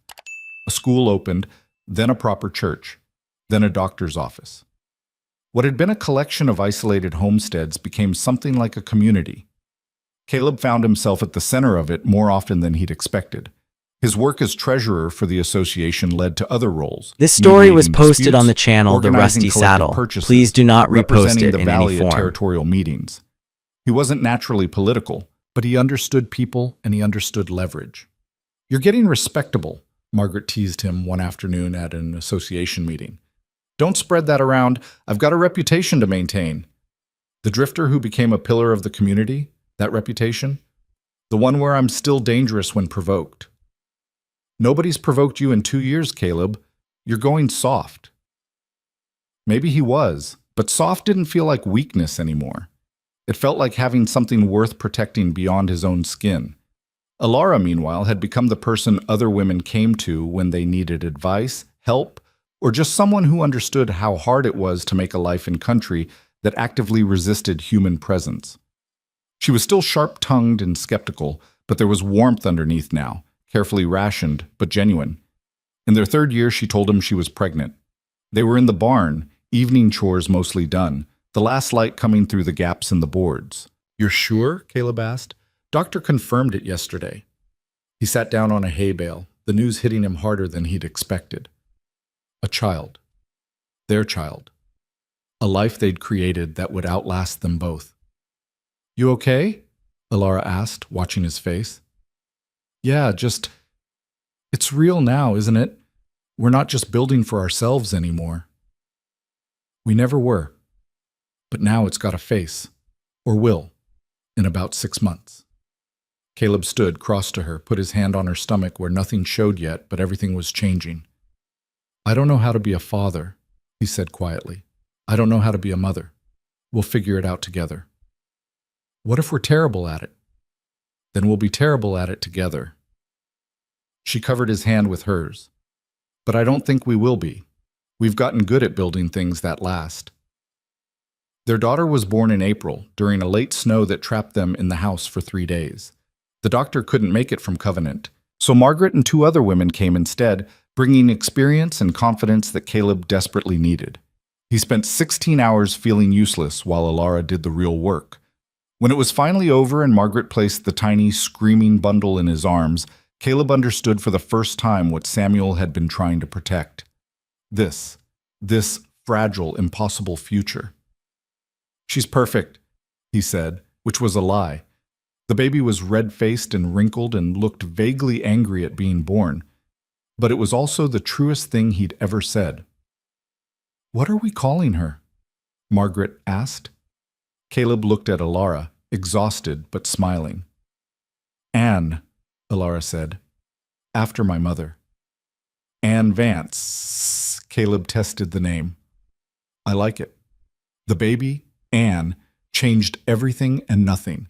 The work still needed doing, cattle still needed tending, but now there was a third person in the equation, someone utterly dependent and completely unaware of how precarious life could be. Caleb found himself awake at odd hours, checking on her, making sure she was breathing. Alara caught him one night, standing over the cradle they'd built from salvaged wood. "She's fine," Alara whispered. "I know, just making sure. You can't protect her from everything." "I can try." Alara pulled him back to bed. "You can try, but part of being her father is teaching her how to protect herself. She's 2 months old. I'm talking about later, when she's older. Alara was quiet for a moment. My father tried to protect me from everything. When he died, I was 20 years old and had no idea how to survive on my own. I don't want that for her. So we teach her to be hard? We teach her to be strong. There's a difference. Anne grew, as children do, from a helpless bundle to a crawling menace to a walking disaster in what felt like moments. She had Alara's stubbornness and Caleb's curiosity, which meant she was constantly getting into things she shouldn't. She's going to be trouble, Dutch observed one afternoon, watching Anne try to climb into the horse trough. She's already trouble, Caleb said, scooping her up before she succeeded. Takes after her parents, then. By the time Anne was 3, the ranch had expanded significantly. They'd taken Margaret's advice and diversified cattle, timber leases, and a contract to supply lumber to the railroad expansion. The association had negotiated collective bargaining agreements that gave them better prices and more stability. The valley that had been dying when Caleb arrived was thriving, but success brought new complications. The railroad wanted to run a spur line through the valley, which meant development, money, and change. Some members of the association saw opportunity. Others saw the beginning of the same pattern that had nearly destroyed them before, outside interests moving in, disrupting the balance, taking control. The association split down the middle, with Caleb caught in between. We can't stop progress, one faction argued. Progress is what they called it last time, the other side countered, right before Montana Livestock tried to steal everything. Caleb spent weeks trying to broker a compromise. What emerged was a carefully negotiated agreement. The railroad could build their spur line, but only along routes approved by the association, with environmental protections written into the contract and local hiring requirements that guaranteed valley residents would benefit. It wasn't perfect. The railroad balked at the restrictions. Some association members thought they'd given up too much, others not enough. But it held. The line got built over 2 years, bringing jobs and money while avoiding the worst disruptions. When the first train rolled through, carrying valley timber to markets 300 miles away, even the skeptics had to admit it was working. You did good, Alara told Caleb that night. We did good. It wasn't just me. You're the one who kept everyone talking when they wanted to shoot each other. That's just survival instinct. I've seen what shooting leads to. She laughed. Still, you've become the thing you never wanted to be. What's that? Respectable. Margaret said the same thing. Because it's true. The drifter who came here looking for easy money turned into someone people trust. She studied him. How's that feel? Caleb thought about it. Strange, good, but strange. Like I'm wearing someone else's life. Or like you finally found the one that fits. Maybe she was right. The restlessness that had defined his first 30 years had faded. He still got frustrated, still argued with Alara over decisions, still made mistakes. But the urge to move on, to run before things got complicated, was gone. He'd found something worth staying for. Anne started school when she was 6, joining 15 other children in the one-room building the association had built. The teacher, a young woman from back east, was appalled at how far behind her students were compared to city children. Anne came home after the first week looking mutinous. Miss Peterson says I don't know my numbers good enough, she announced. Well enough, Alara corrected. And she's probably right. We'll work on it. I don't want to work on it. I want to help with the horses. You can do both, Caleb said. Education's important. Why? You didn't go to school and you're fine. I went to school, I just left early and regretted it later. Did you really? Caleb exchanged glances with Alara. Some.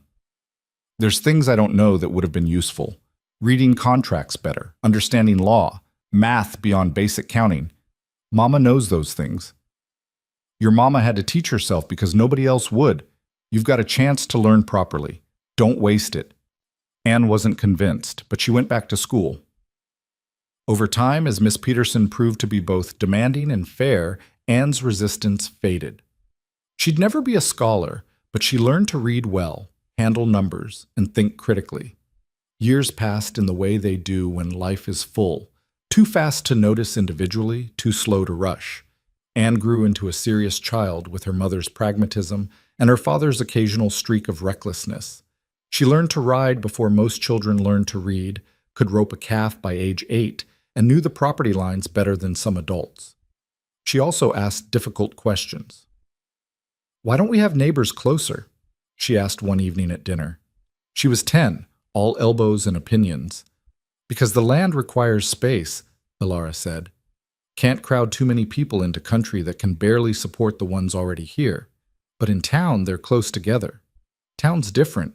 People there depend on each other differently." But Anne chewed on that. "Dutch says more families are moving into the valley, says in 10 years it'll be twice as crowded." "Dutch talks too much," Caleb said, but without heat. "Is he right?" "Probably. Territory's opening up. Montana might even become a state soon." "Would that be bad?" "Not bad, just different." Caleb set down his fork. "Change isn't good or evil on its own.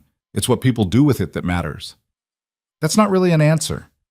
"It's the only one I've got." The conversation stuck with Caleb afterward. His daughter was growing up in a different world than the one he'd entered. She'd never known real hunger, never experienced the kind of desperate isolation he and Alara had fought through.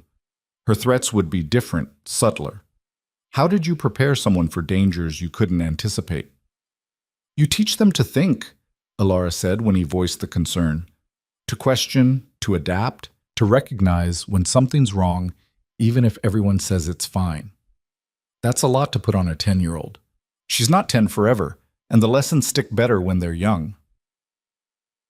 So they taught her, not through lectures, but through example. When the association faced a decision, they included Anne in the discussion, age-appropriate but real.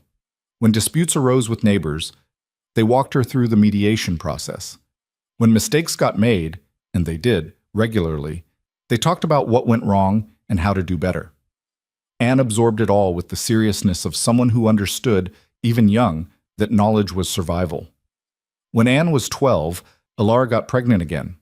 This time, the pregnancy was harder. She was older, the work was constant, and complications developed early. The doctor ordered bed rest, which Alara ignored until Caleb physically stopped her from mounting a horse. "You're going to kill yourself," he said. "I'm going to lose my mind lying in bed." "Then lose your mind. But you're not risking this baby." They fought about it, loudly, comprehensively, with Anne watching from the doorway with wide eyes. Finally, Margaret intervened. She showed up one morning, took one look at the situation, and declared herself in residence until the baby came. "You two are going to destroy each other," she said. "Alara, you're going to rest whether you like it or not. Caleb, you're going to run this place without making her feel useless. And Anne, you're going to help me make sure they both survive the next 4 months." Anne nodded solemnly, taking her assignment seriously. It was the longest 4 months of Caleb's life, running the ranch, managing association business, taking care of Alara, and trying not to show how scared he was took everything he had. The baby came in February, a boy this time, healthy and loud. They named him Samuel, after the man who'd built the foundation they all stood on. Holding his son, Caleb felt the weight of years settle on him. He was 43 now, no longer young, marked by work and weather, but he'd built something that would outlast him. Not just the ranch, but a family, a community, a way of living that honored the land without being destroyed by it. "You look thoughtful," Alara said from the bed, exhausted but smiling. "Just thinking about how far we've come." From strangers forced into marriage to this? From people fighting alone to people building together. She reached for his hand. "You regret any of it?" "The hard parts? Sometimes. The result? Never." Samuel grew different from his sister, quieter, more observant, content to watch rather than act. Where Anne threw herself at challenges, Samuel studied them first. Both approaches had value, Caleb learned. Both needed nurturing. The years continued their relentless march. Anne turned 16 and started helping with association business, showing a talent for negotiation that surprised everyone. Samuel learned carpentry and spent hours building things with a patience Caleb had never possessed.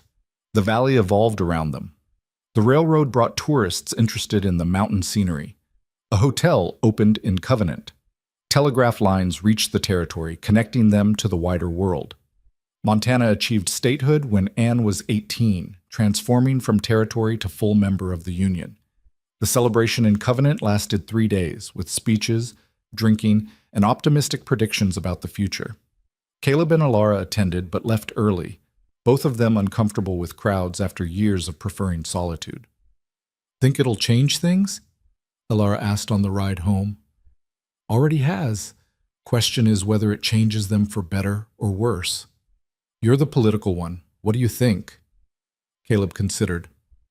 "I think we'll find out the same way we find out everything, by living through it and adapting." "Very philosophical. I'm old. I'm allowed to be philosophical," she laughed. "You're 51. That's not old." "Tell that to my knees." They rode in comfortable silence, the familiarity of the landscape wrapping around them.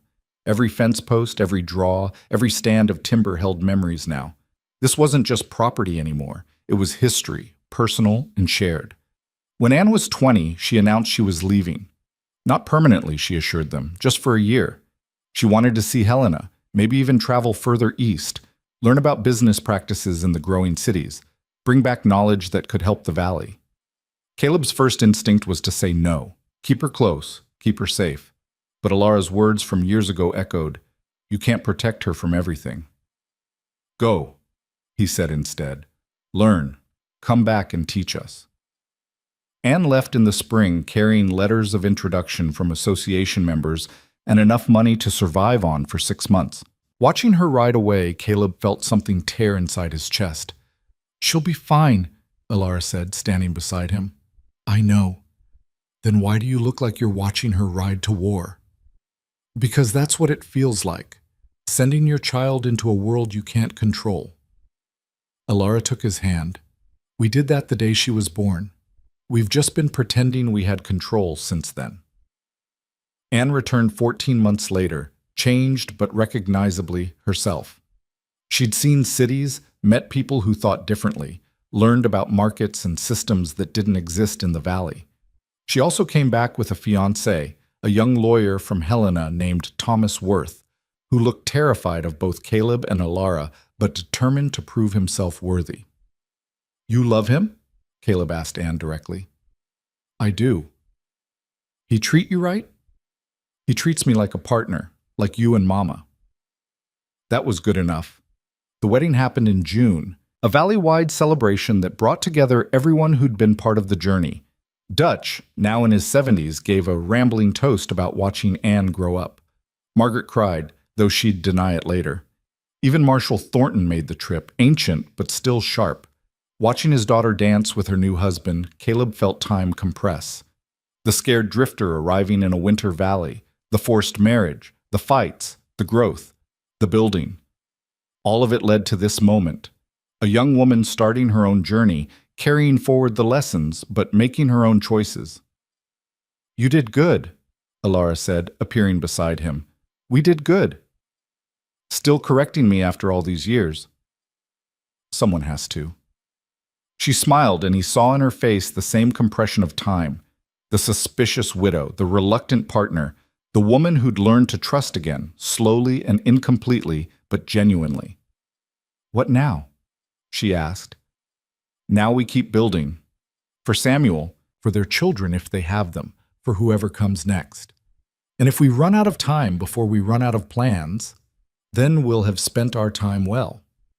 They danced, not well, they'd never been graceful, but together. Around them, the valley they'd defended and built celebrated, 3 generations mixing in the shared joy of community. Samuel was 16 now, showing interest in taking over the ranch operation. He had his father's strategic mind and his mother's attention to detail. With guidance, he'd do well.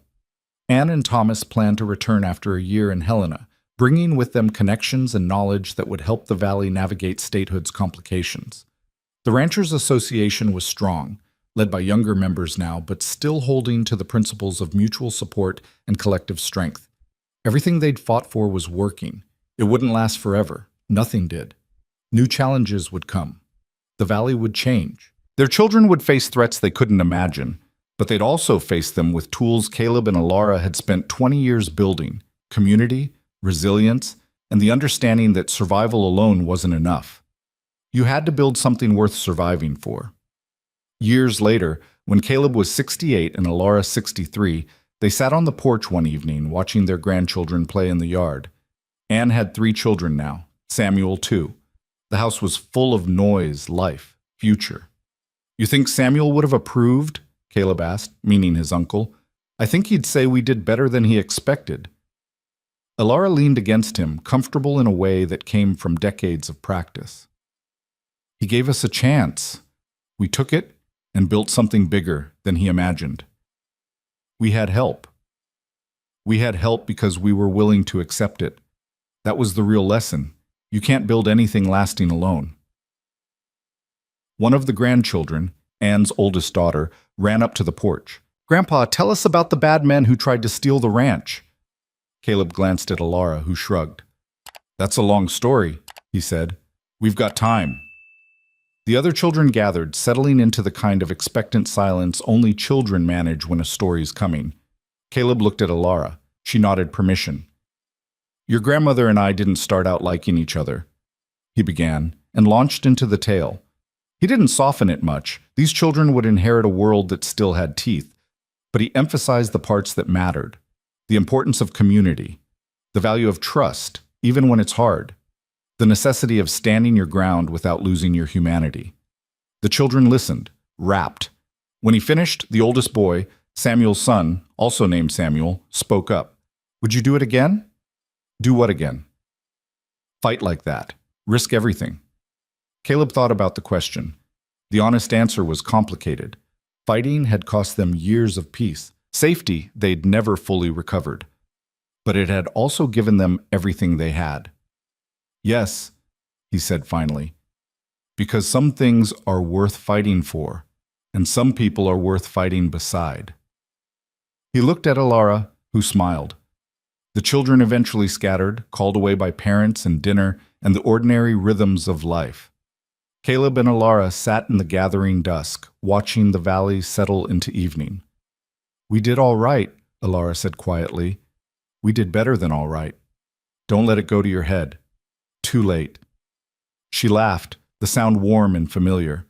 After all these years, he could still surprise her. After all these years, she could still make him laugh. That was worth something, maybe everything. The land would continue, the valley would evolve. Their children and grandchildren would face their own challenges, make their own choices, build their own legacies. But for now, in this moment, Caleb Vance, who'd come to this valley looking for easy money and found instead a life, was content. He'd learned what his uncle knew, that land without people to care for it was just dirt, that property without purpose was just possession, that survival without connection was just prolonged dying. But together, with partnership, community, and the stubborn refusal to give up, you could build something that mattered, not perfect, never perfect, but real, lasting, and yours. The sun set over the valley, painting the sky in shades of orange and purple. Somewhere a cow lowed. A horse whinnied in the barn. Life continued, persistent and precious. Caleb took Alara's hand, she squeezed back, and together they watched the darkness come, unafraid.